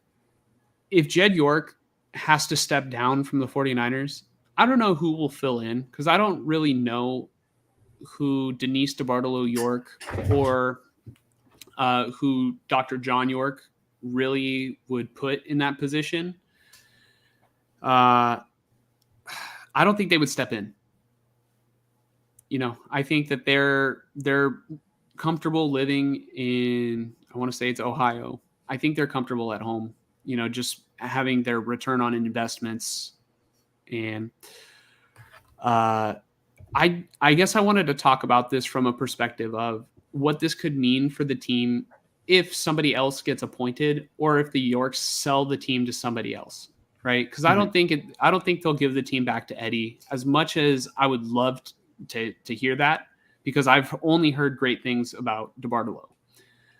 Let's just say, I mean, this is going to be ridiculous because I don't think the NFL owners would allow Elon Musk to buy the 49ers, but let's just say a guy like Elon Musk buys the 49ers. He would dramatically change things. And I don't think Kyle Shanahan would last if he doesn't get successful results, because I think York really provides a long leash for Kyle Shanahan, right? I don't think there's another owner who would have allowed a coach to fuck up on so many occasions monumentally the way that Shanahan has. Granted, Shanahan has done a lot of things greatly, right? Keeping the team relevant, keeping the team successful. But at the end of the day, a real owner is going to say it only matters if you're bringing home the silverware or the platinum, whatever the trophy's made out of, right? You got to bring home the hardware. Kings wear rings. And I don't know that another owner would be as patient. And maybe another owner would do other great things, like maybe move the team back to San Francisco. Hell, maybe Elon Musk is like, fuck Twitter. I'll buy the 49ers and I'll demolish the Twitter building and build, there's not enough room there. But I'm just going to build a hovering football stadium. I'll be the first to do that with my Tesla-powered thrusters. I don't know. I'm getting in like tinfoil hat territory. But, well, it's just something to think about, that a change of leadership could mean a lot for this franchise in some good ways. And it could definitely mean blowing up this entire thing. Yeah. Yeah, I was gonna say like it could be Elon Musk or Jeff Bezos. Bezos, yeah, somebody like that. But that doesn't really matter. I'm more curious about the Niners aspect to it. And I think so. People watching this, Mm-hmm. So if they got a new owner though, that would cause change for sure. And like you said, Kyle Shanahan's leash would be much shorter. So yeah, I mean, you would get a guy stepping in and being like, all right, maybe a guy that probably knows nothing about football, but only knows shit about business, right? And he's like, all right, the goal is to win Super Bowls. And hopefully, if we ever did change owner, I pray to God that they just care about winning Super Bowls. Yeah. I hope they don't just pretend to care about winning Super Bowls to make a profit. Maybe like some A's. people have. Oh yeah, like the A's. Yeah. I hope that I feel like York wants to win one, but it's just it hasn't happened. Yeah. And part of the reason why it hasn't happened is because of Jed York. He got rid of Harbaugh. I feel the same way about Mark Davis. Like I can tell he wants to win a Super Bowl, just from coming from, his father and everything, like, he wants to win bad. Like he wants to prove that and shit. But, yeah. Well, what I was going to say is look at the Broncos, and I mean, Hackett was a horrible head coach, arguably historically horrible, but, they came in and they changed everything, the new ownership. And I would not be shocked if the Washington Commanders do the same thing next offseason, because they kind of came in too late this year, so. And there was even talk, I think Magic Johnson's one of the co-owners. I think he was saying, it's very possible we rechange the name again. I heard, there's a petition right now that they might change the name back. Honestly, that'd be cool. I think it would be cool from an NFL history perspective. Yeah. And sort of a, you know what? You can't cancel us if we don't care, right? But if they do more in honoring Native Americans, I don't see I'm not Native American, so it's tough for me to talk about this. So I don't, like if it was like something demeaning, I get it, because it's like, I could go in the wrong direction here, but being, it's about the color of their skin, which is pretty fucked up. Whereas like the Cleveland Indians had to change their name and they were just called the Indians. Like there's nothing actually derogative about that, or derogatory or whatever. But Redskins, it sounds like, one of those types of words, So. Did you just say that word, Michael? Yeah. No. Yeah. But one thing I will say is the Cleveland Indians had a brilliant renaming of their team and rebranding. I like Guardians. There's some people that don't, but they just don't understand that like the logo has the things from the Guardian Towers that are in Cleveland outside the stadium. Like that's brilliant. And then it plays on the rhyme scheme of the Ian's part. Yeah, no, I did like all that. I just, for some reason, their logo just, it's off-putting, like maybe a minor league-ish. Exactly, it looks like a AAA team, but that's just because it's like what do you call that? Where it's just new, and it doesn't feel right. Maybe in 10 years it'll be like, oh yeah, the Guardians. Yeah. So, anyways. Yeah, I think we're ready to move on. Give me 1 second. I'm just going to turn on the light because I'm over here having to go close to my screen. Wow, it just got super dark in your room. I didn't even notice that. Yeah, I know. What was Was the light always on or no? No. What happened is the sun went down. Thank you. Thank you. Yeah. We live in the same city. Thank you. It's funny. Yeah, just around the block from you, Mike, and maybe you need to go outside and touch some grass, huh? Yeah. No, but next topic. I am going to put something on the screen, and this is actually our final topic that we have planned for today. But I'm going to play the You know clip what? first. This probably would have been a good one to bring up with Grant. With Grant, though, Yeah. I would have, but I wanted to ask him questions because he was there at what's it Yeah, no, 100%. he was there at the joint practices. Yeah, we right. gotta talk about it. So let's see here. I'm going to present this because I don't know. I'm pretty sure everybody's seen this, but for those of you who haven't, we've got Michael Lombardi. I want to say he was a former as you executive, go down, NFL executive, right? He was a former GM with the Raiders, I want to say. Huh. Okay, Which actually I have something to say about that in a second. But go ahead. Check this out.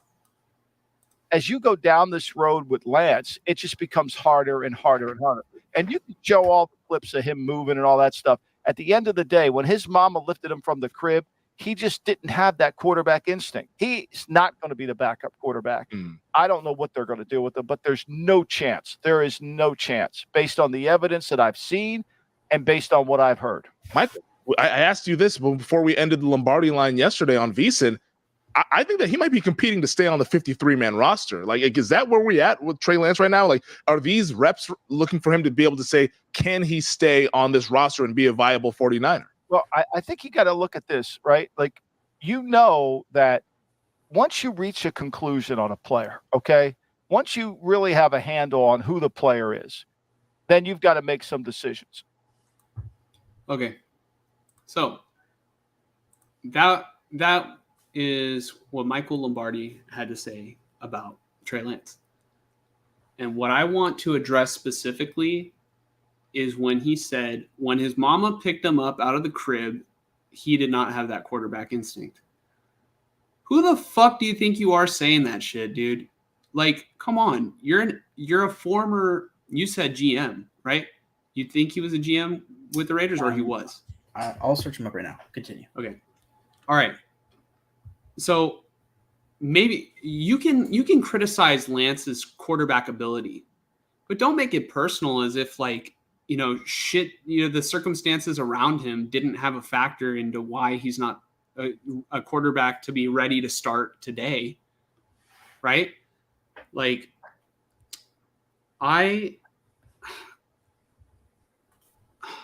it's just sad. Like, you have to attack this kid's character. He's 23 years old. He's younger than me, right? Maybe I haven't met my full potential yet, right? There's circumstances that go into that shit, right? But I'll be damned if somebody's going to say that I didn't have it when my mom picked me up as a child. That's flat out disrespectful. It's uncalled for. It's just straight up unprofessional. And I don't know. That to me, he didn't say when his mom, he didn't say when his mommy, he said when his mama. I don't know. There's a little racial undertone right there. You can call it racism. You can call it a critique of his play or not. I don't really give a shit. It's uncalled for. What other quarterback gets this treatment? He didn't say Zach Wilson didn't have it when his mama picked him up. He didn't say Baker Mayfield didn't have it. He didn't say Kyle Trask. All the national media is just talking about Trey Lance, and they know he garners the most attention. And look, we're fucking talking about it right here, right? Yeah. The Niners moved up all this draft capital to get him. I get it, right? But you don't have to take a personal shot and mention his mom or any of his family members for that matter, because at the end of the day, you have to remember he's a human. And his parents love him, and maybe he won't be a successful quarterback. And you can talk about the reasons why he won't be a successful quarterback. You can talk about the fact that he's fighting for his job. But come on. Keep his mom's name out your mouth. I love how I love how I curse on the show like almost constantly, but I censored myself there on like Right. something that I was quoting. Yeah.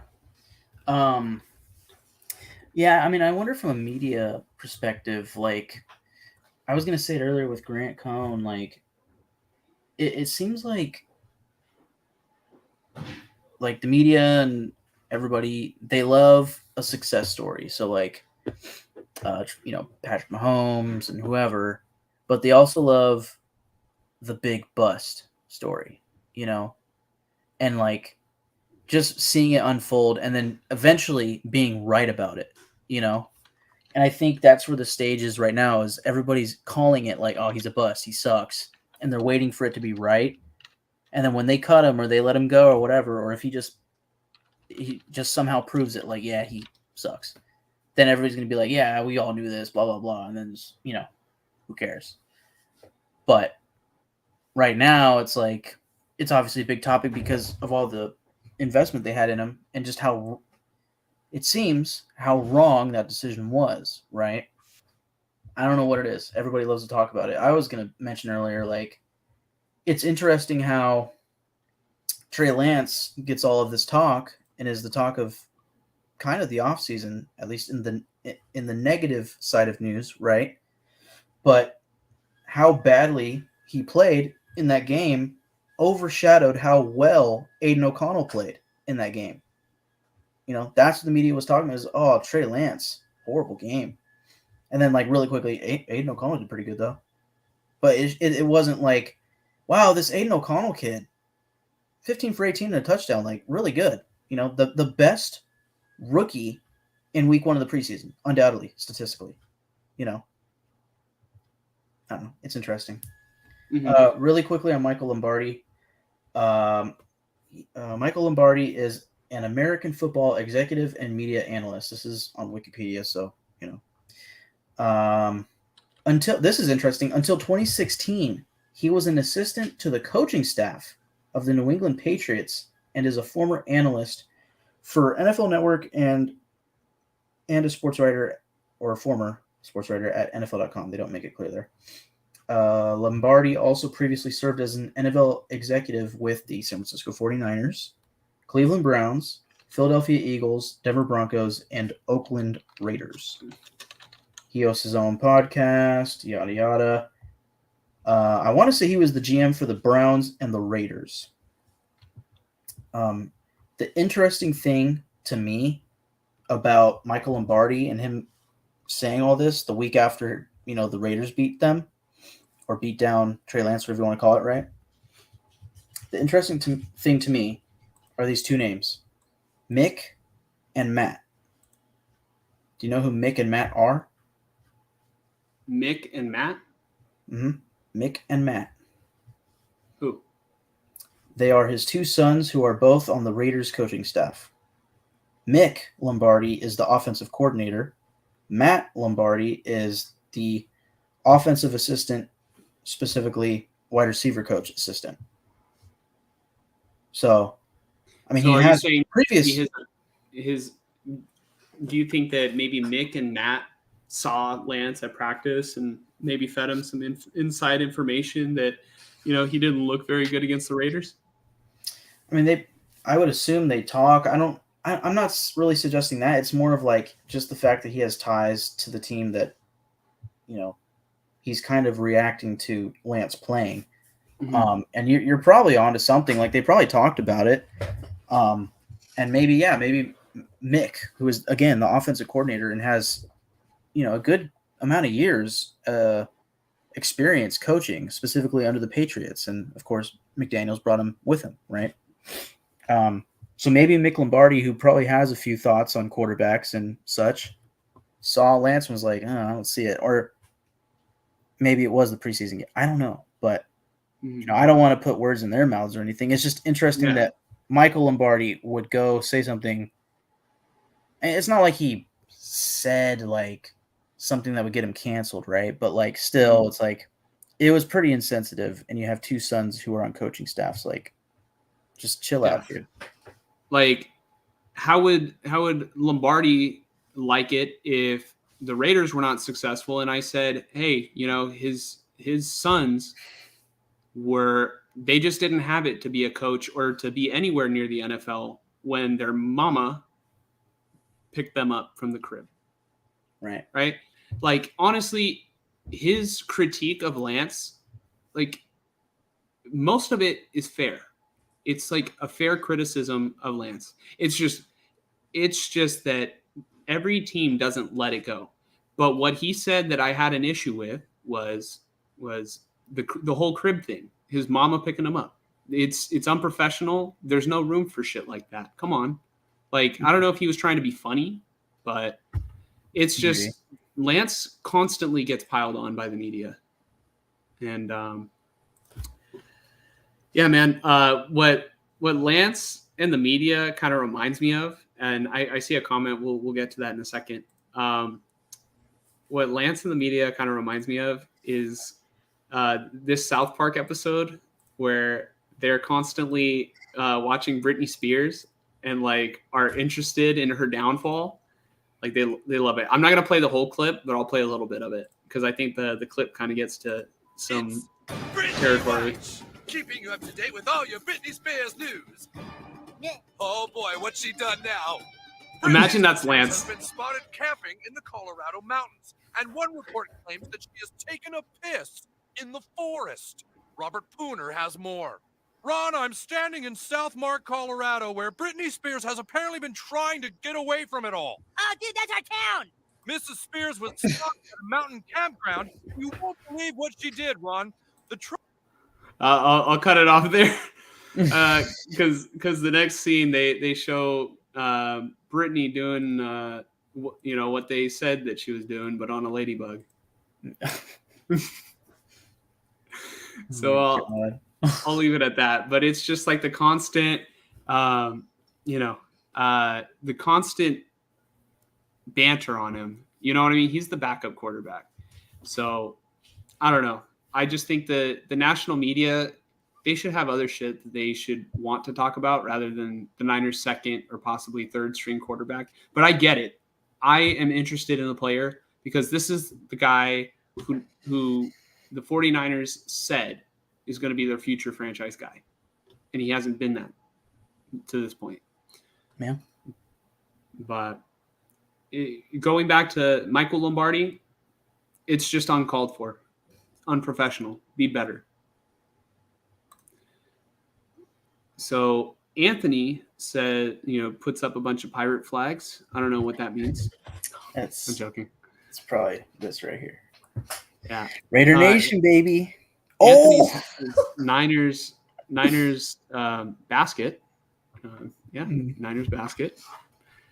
And because Lance has a garage. Yeah. I think he was bust at one point, and maybe he will be. Oh, you know what? I think Anthony's trying to say that Lance is going to be in the Hall of Fame one day, and they'll make a bust out of his face, and put it in Canton. All right, now let's see here what Anthony says. Jeez, Anthony, you're making me read a lot. Lance should be the bona fide, surefire, no doubt starter. Instead, he's third string in the face. Yeah, I definitely hear you there.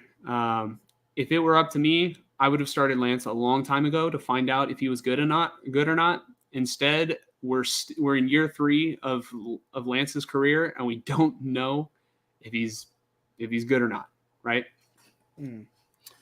So I don't think Lance is garbage. He didn't play well on Sunday, so there were a number of factors that got into that. But I'm just looking for him to play well on Saturday, honestly. And Anthony says backing up Sam Darnold, and that might happen, right? But like I said earlier, it depends what the next 2 weeks entail.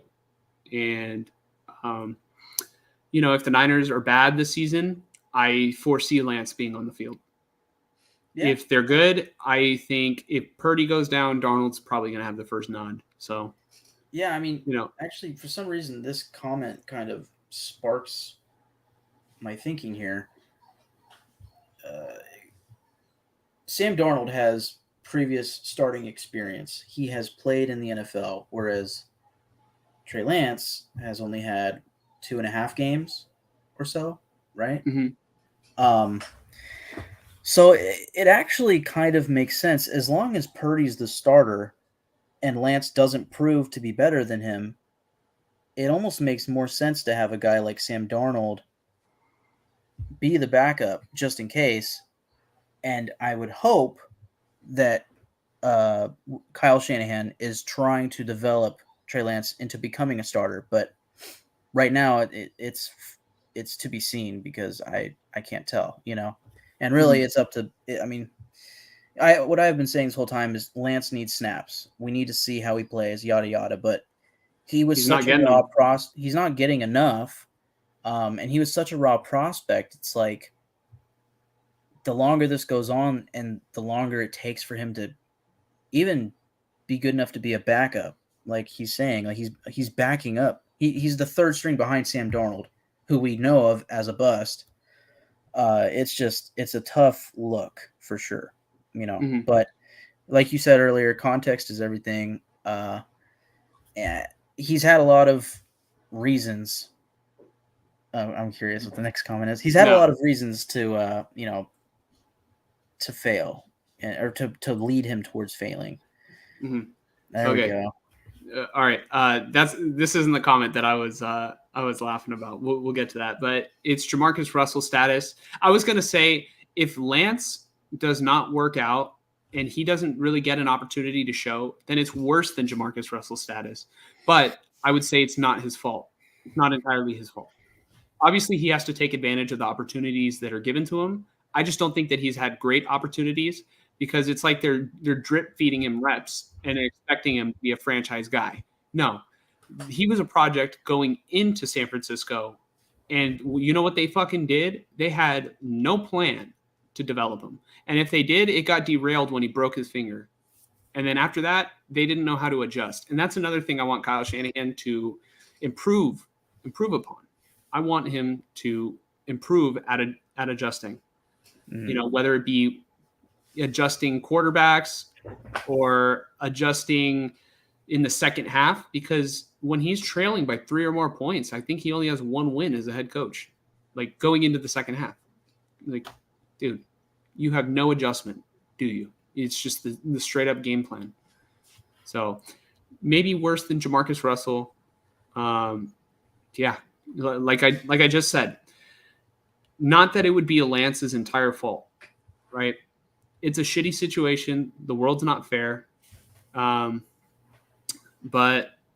I hope that he can, just improve. And I think he's showing that he's improving.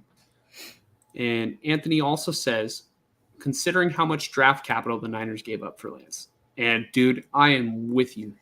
I am absolutely with you on this. You don't know how pissed off I've been. You could ask Mike. I've been talking about this nonstop for about 3 years, or like 2.5 years. They made a monumental move, and it's looking like a monumental mistake. And I don't put it all on Lance the way that everyone does. Right? So that's just where I'm at. I want the kid to succeed. I think he's a good kid. This is the comment why I was laughing. He said, "Need some Niner fans in here to argue with me. I don't want to feel bad." I think that's a little funny. It's like, all right, you listen here, mister. Trey Lance is the best damn quarterback to ever grace the face of the earth. Kyle Shanahan doesn't know what he's talking about. I am the second coming of Stephen A. Smith. Trey Lance can absolutely garbar. I don't know. I fucking fucked up right there. But yeah, if you don't want to feel bad about no Niner fans arguing with you, you can at least feel bad that I didn't know what to say on the spot right there as Stephen A. Smith. I was doing like a Frank Caliendo kind of thing there. Am I wrong here? Actually, yeah, he did fuck up. Yeah. Am I wrong? How here? many times? Yeah, I feel like most of our viewers that come in and comment are Raider fans. Like we don't get many because we're just kind of starting, But like I would say, like Pia and her brother, and like her dad Niner or fans. your uncle are Niner fans. But like, I don't know. I'm just trying to think that we had that one guy earlier that was asking for Grant. Like those are probably some Niner fans. Yeah, you know, I'm assuming that today's stream probably had more people who watched it that are Niner fans because you know they saw Grant. Yeah. But I would say that on average, in like the little spliced videos, the Raider ones do pretty well, and then some of the Niner ones do, depending on the topic. But like I said, it's just like a very competitive market for Niner content creators. You know, there's a lot of great ones. So yeah, I don't know how it is. You know, for Raiders content creation. Also, one of my AirPods might have just died right now. I think we're pretty much done. Yeah. Anthony Richardson is the next Trey Lance. I don't know. I like Richardson, and we'll see what Richardson can become with the reps, because he's actually going to get them. That's the difference. What's different here is Richardson's getting the reps, and also Richardson's not nearly. He was raw, but he's not as raw as Trey Lance, and not missing as many snaps, like consistently as Lance was situationally, like between the COVID year off and then breaking his finger and not being the starter year one, and then coming in and he's the starter and then breaking his fucking leg. It's like he's had it rough. So. Okay, you don't pick quarterbacks with 1 year starting experience in the top 5. Honestly, I'm not the one who did it, but I have to pay the price because I'm the one who has to watch it. I have to watch this shit unfold. Yeah, I mean, I'm starting to agree with this sentiment.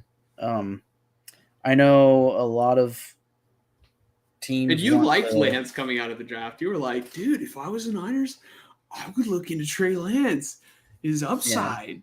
Yeah, no, that's the thing. I think if Trey Lance doesn't work out, and especially if Richardson doesn't work out, it's going to become the norm that teams are like, no. We're not doing that 1 year of experience bullshit anymore. We've seen how that works. You know, like the league is a copycat league, and I think the league adapts pretty quickly. For example, you know, running back usage and pay, you know, the past 10 years has changed dramatically. You know, so I think if both of these quarterbacks don't work out, it's going to become the norm that you're not going to see guys picked in the first round that have less than a year or 2 years of experience, you know. So. Oh, hold on. I didn't mean to take the comment off the screen. I will do this, though. Hold on. There are more comments from Anthony, and we appreciate the comments, by the way. Even though some were taking shots at the Niners, I can take it, okay? Like, you know, because I also take shots at the Niners, too. Like, I'm a fan, right?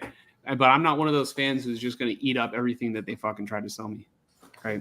If I don't like it, I don't like it. At the Raider fan, his name is Mike, by the way. Maybe you can't see it with the comments that are on the screen. But Mike, what do you think of Jimmy G? Asks Anthony. Well, when it was announced initially, I was pretty let down, you know, and I was like, all right, like Grant said, 6-win season incoming. You know, he's going to get hurt, and this year's going to go to shit. They have nobody behind him, right? At the time, it was apparently maybe just Brian Hoyer. So, yeah, I mean, Aiden O'Connell looks good now, but that's besides the point. I don't know. Something about this training camp has sold me on him a little bit. Like, I'm not expecting playoffs. Like, bona fide, they're going to make the playoffs. No. But I expect, I expect Jimmy Jesus. I expect him, I think he already has, helped with the culture in the locker room.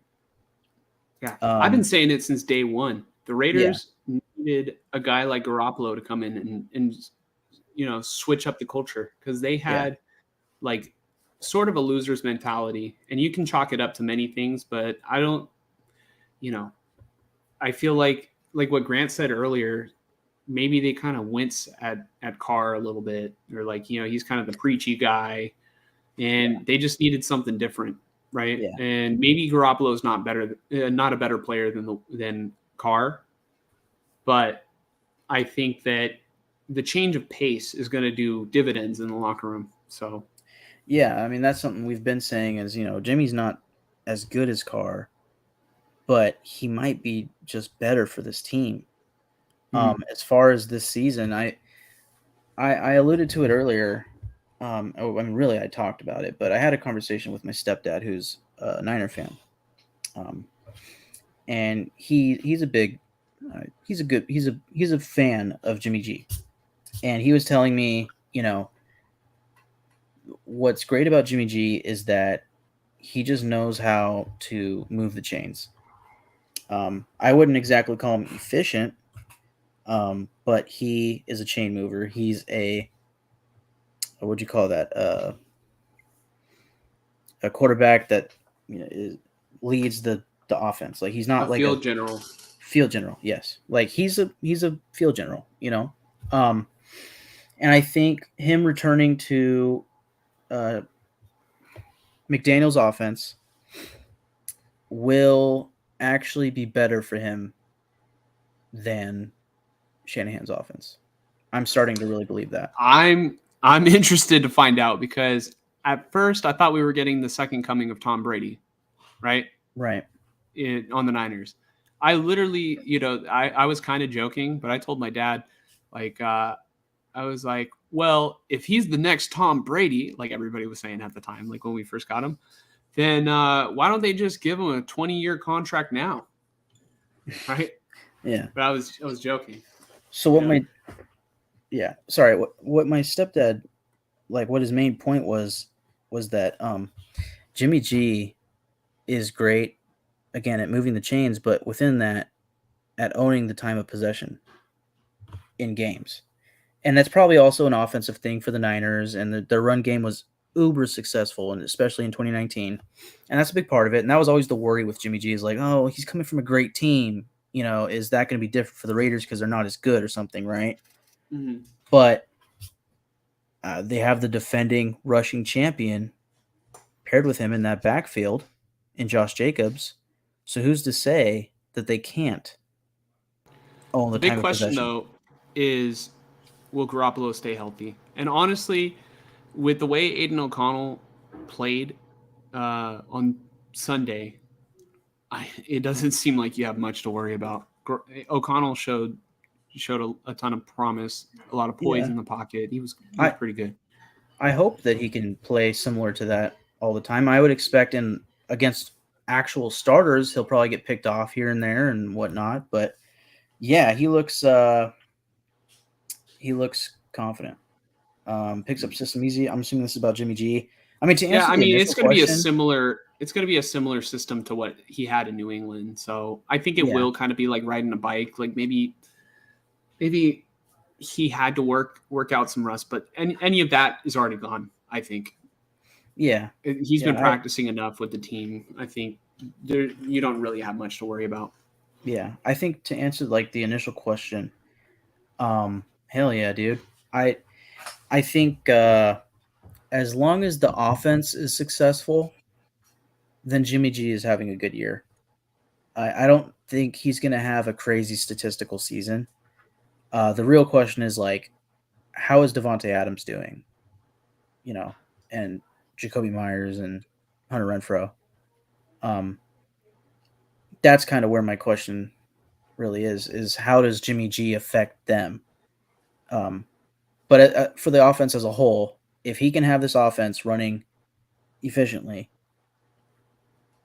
he's going to have a successful season, and I'm going to feel really good about it. So, and that's just the for lack of a better term, the vibe that I'm getting from training camp is like, here and there he'll throw a pick, but it sounds like it's going pretty good. So if they can go out there and own the time of possession and be efficient and have way better efficiency in the red zone than Derek Carr ever did with the Raiders, that's huge. So yeah, he's all in with Jimmy G on offense. He's drinking the Kool-Aid. I've drank the Jimmy G Kool-Aid for a couple of years. It tastes pretty good. It feels great, baby. And then you know what happened? Kyle Shanahan broke a bottle of reality on my head, and suddenly the Kool-Aid didn't taste the same anymore but that's Kyle Shanahan. Josh McDaniels has actually won Super Bowls, so we'll see. He might actually know what he's doing. Yeah. Anthony says, "What?" Well, go read it real quick. Sorry. Anthony says he thinks that the Raiders are going to be good this year. Yeah. So, I mean, in the same breath of what you just left with McDaniels, I mean, this team, something about them, they're just playing with a different level of intensity. They seem like they're more bought in. Now they have a different quarterback, which, I mean, everybody knows it, but it feels almost like a under the radar fact about this team is like, this isn't Derek Carr anymore. This is Jimmy Garoppolo. This is a new quarterback, year 2 of Josh McDaniels, a guy that Josh McDaniels has worked with for many years before. And like Garoppolo said many times, McDaniels is the guy that first taught Jimmy G how to play in the NFL. Like, this is what he knows. Mm-hmm. So, yeah, and then all the talk about the defense playing so well at training camp, if it proves to roll over into the season, then yes, I agree. They will have a good season. But So the last thing about the Raiders, their competition is tough. And I'm not just talking about the AFC West. The AFC as a whole is tough. I mean, take out the Texans, probably the Colts, maybe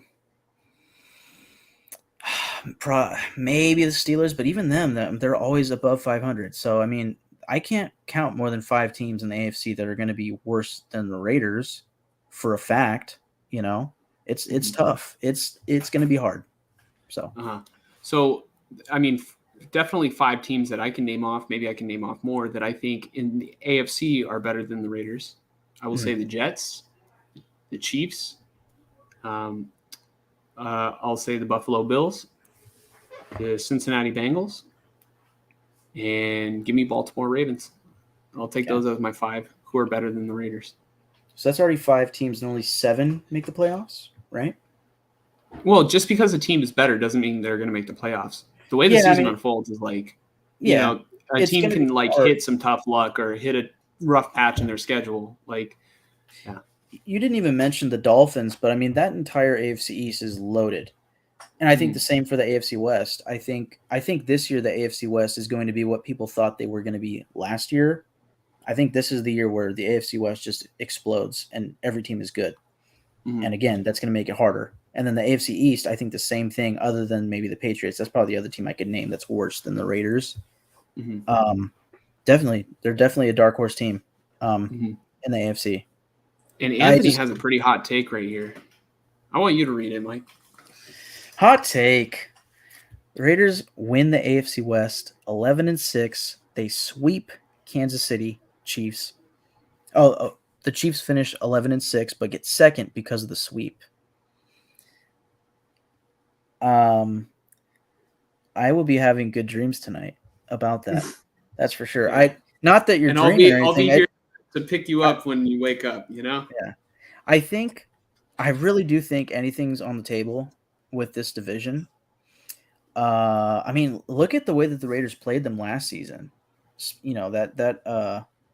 That game where McDaniels went for 2 and like Kelsey had 4 touchdowns or some crazy shit. Like, they were in that game. And Devontae Adams pushed the reporter guy or whatever, the camera guy. And the game at the end of the season was different. That they were out of it. But they are able to play with the Chiefs, and that was with Derek Carr and a team that Josh McDaniels kind of was more forced to try with rather than his team. Like, I feel like this year it's his team, and then you pair in, this is Patrick Graham's second year with this defense. So, yeah, I expect improvement. I think I'm more shooting for second place in the division above the Chargers and Broncos and getting the 6th or 7th seed. And that I'm not trying to like aim low. It's just I'm also not trying to have my hopes too high. I mean, once game 1 comes, I'm going to be hoping for every weekend to be a win. So, I'm not trying to look too far forward. We'll probably have a prediction when the preseason ends or something, but I think I fall in line with Grant Cohn, his 8 to 9 win prediction. I could see more of a 10 10 game. You're gonna like this prediction. Go on. The Raiders, Chiefs, and the Chargers make the playoffs. But hold on, it gets better. You're gonna love this. The Donkeys stay in last place. Right there, Mike I absolutely hates agree. the Broncos. I can't stand them. The Broncos are like this like pretentious team that tries every year to buy their way. Like they think they're the Yankees of football. Dating back to like Peyton Manning, and then now it's with Russell Wilson, and now it's like, oh, but now we have the new head coach. We're good now. We have a good defense. It's like I don't know. I really hope we continue to sweep them as long as the Raiders have been in Vegas. We have shut them out. I hope that just keeps going and going and going, because I know for a fact all of Denver knows that stat, and they fucking hate that stat. And I love it. I love it. So, hold on. This one first. Oh, yeah. So, I agree. The Chiefs' defense isn't something to write home about, but it's just the offense is so potent because of the Mahomes and Kelsey pairing, and Andy Reid is just he is a head coaching savant. Yeah, I will say this: I had recently thought about the Raiders and the Chiefs. As I've become slowly more and more confident about this Raiders team this season, I started thinking about the Chiefs and like, can we beat them? Hell, fucking yeah, we can beat them, dude.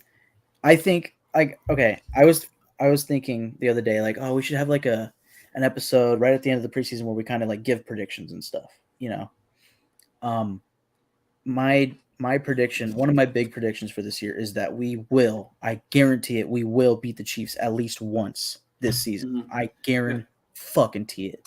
Well, all right. I kind of feel like that might happen, but Mike, remember at the beginning of the episode when you talked about getting your hopes up? Okay, like why don't we? All right, you're talking about. All right, down, boy. You went from we fucking dominated one of the best teams in the league, but I want to get my hopes up to, the Chiefs, they're fucking going down. Well, that's also that's the progression of the offseason, dude. It's like free agency hits, and it's like, oh, we're garbage. And then the draft hits, it's like, I like him. And then it's like training camp, it's like 10 wins, we're hitting the playoffs, and we could do anything. Hey, what if that's the new fucking like intro outro like sound? Yeah, the Chiefs are fucking going down. Down, boy, down. Oh my god. So Chris Jones is holding out. Yeah, he might not even play this year. I don't know. That would be crazy. Anthony. Dude. Go ahead. Sorry. No. I don't really have much else. Sorry. It's just, I agree. Sean Payton is talking shit all over the place. He's already making enemies with teams outside of the division. He hasn't even played teams in his own division yet. So Sean Payton, along with Russell Wilson, makes it very easy to hate this Broncos team, to dislike them. I shouldn't say hate, but to dislike them. Makes it a lot easier that they're in this division. One last thing for me, and then I think it's probably time that we probably wrap it up. We've been on here 3 hours. But you said something that kind of sparked me, Josh. When you named at least 5 teams that are better than the Raiders, the first team that you said was who? The Jets. The Jets. I am starting to get a little tired of the Jets hype, because they weren't shit last year. Yeah. They had a good defense. But, completely unrelated, but, I mean, we're about to get out of here because Mike and I are about to binge Hard Knocks. Yeah. Clearly a joke. Yeah. But, I mean, I could see a path where the Jets might be, successful this year. I have faith in Robert Saleh. And then the fact that you're actually giving him a competent quarterback, like we'll see how it goes. Yeah, I really like Robert Saleh. That was a guy who I wanted for the Raiders when he became available. But obviously, I think at the time we were kind of stuck with Gruden. But yeah, I mean, I could see it for the Jets. It's just I saw a tweet the other day, and this is really my last point. And I actually quote tweeted it. I think it was yesterday, on X. It was like ESPN or somebody put out. It was like a question to this guy. It was like, who are the top 5 threats to the Kansas City Chiefs? And number 1 was the Jets. Was Jackson Mahomes. No, yeah. Number 1 was the Jets.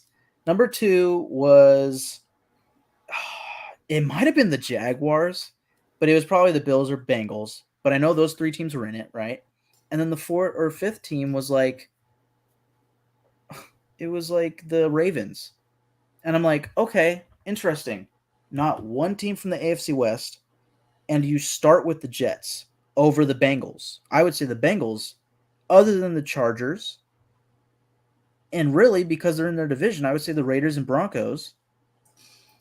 The Bengals should be the number 1 team, other than the Chargers. I think realistically, if you are a person, So that was in the order. media, It was in that order. was in order. It was the Jets, and then it was I want to say the Bengals, Bills, Jags, Ravens. Not one AFC West team. The Chargers should be top 3. Mhm. Like, I don't know. it just, I don't know. Hell yes, dude.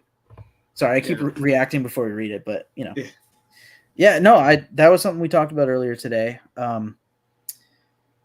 I wasn't expecting the news that he was going to be, brought back from the NFI today and activated and practicing. That was a pleasant surprise, and he looked good from what I saw. Like one video where he just looks massive and he like hit the sled, but I want to see him this weekend. I want to see what he's got.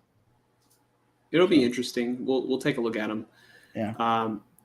And then I think we'll end with this. Anthony says, "I'm not watching none of that Hard Knocks or quarterback BS on Netflix." Yeah. Yeah. I don't. My brother started watching the quarterbacks one, and it seemed like it was more about Brittany Mahomes than it was about Patrick.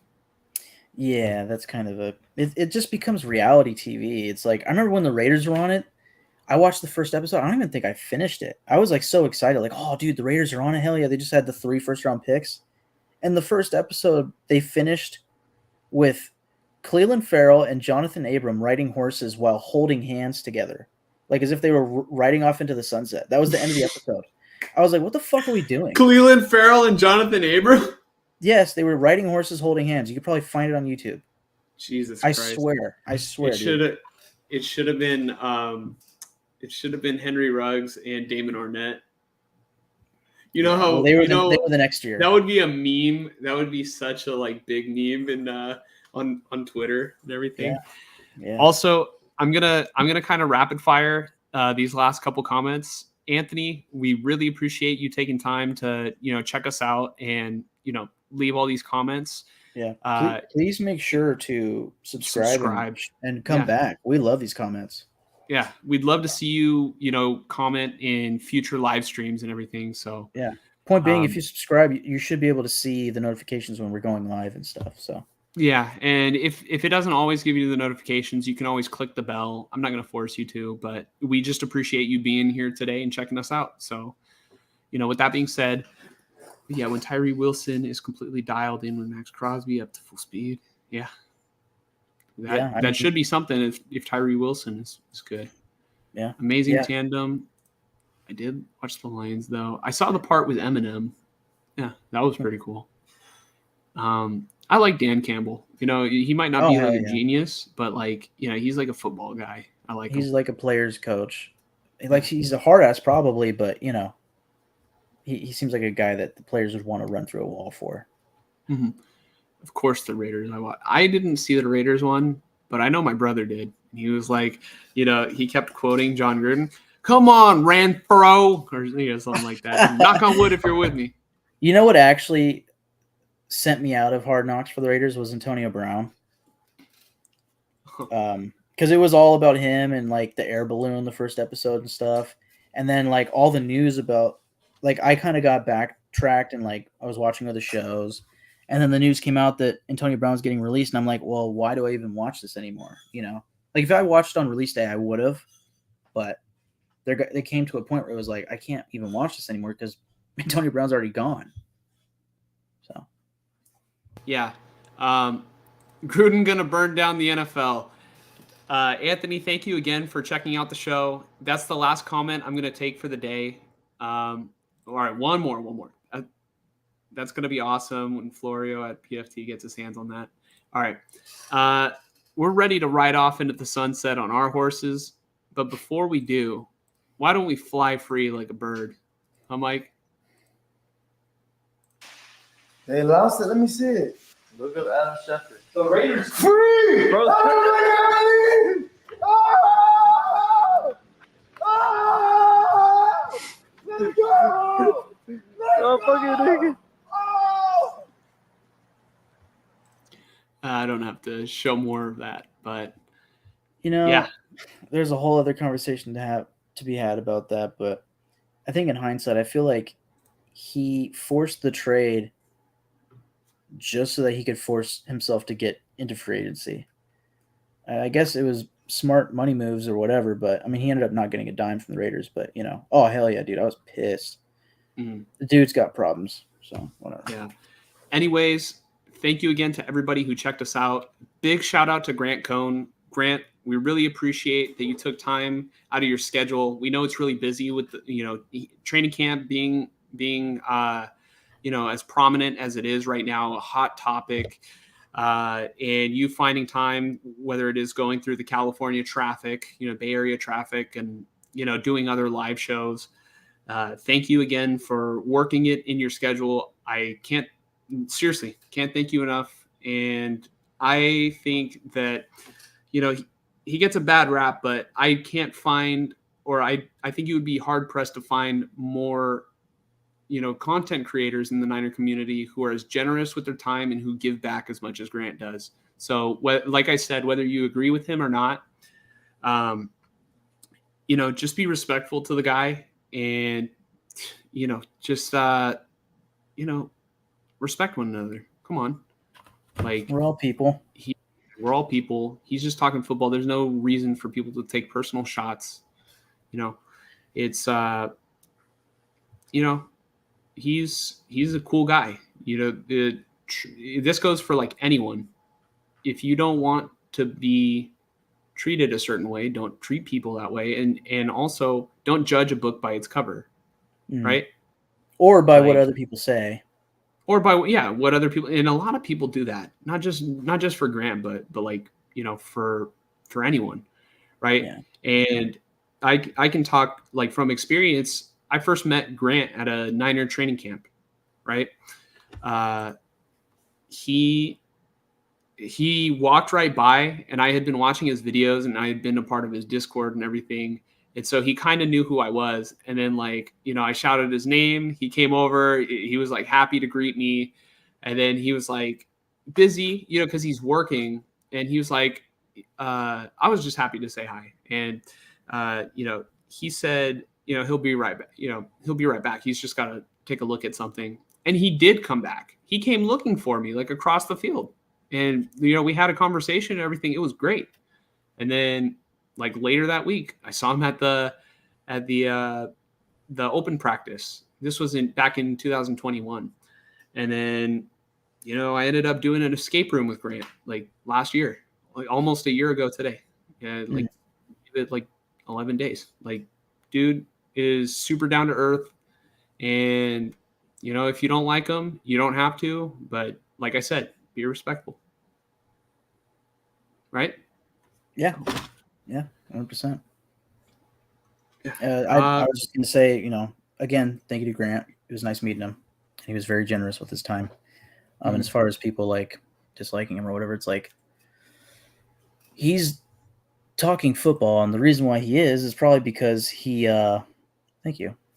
He also loves football, and that's probably why people that are saying anything about him are doing that is because they also love football. It's like at the end of the day, it's like we all just love football. Like there's no need to get all hostile about it.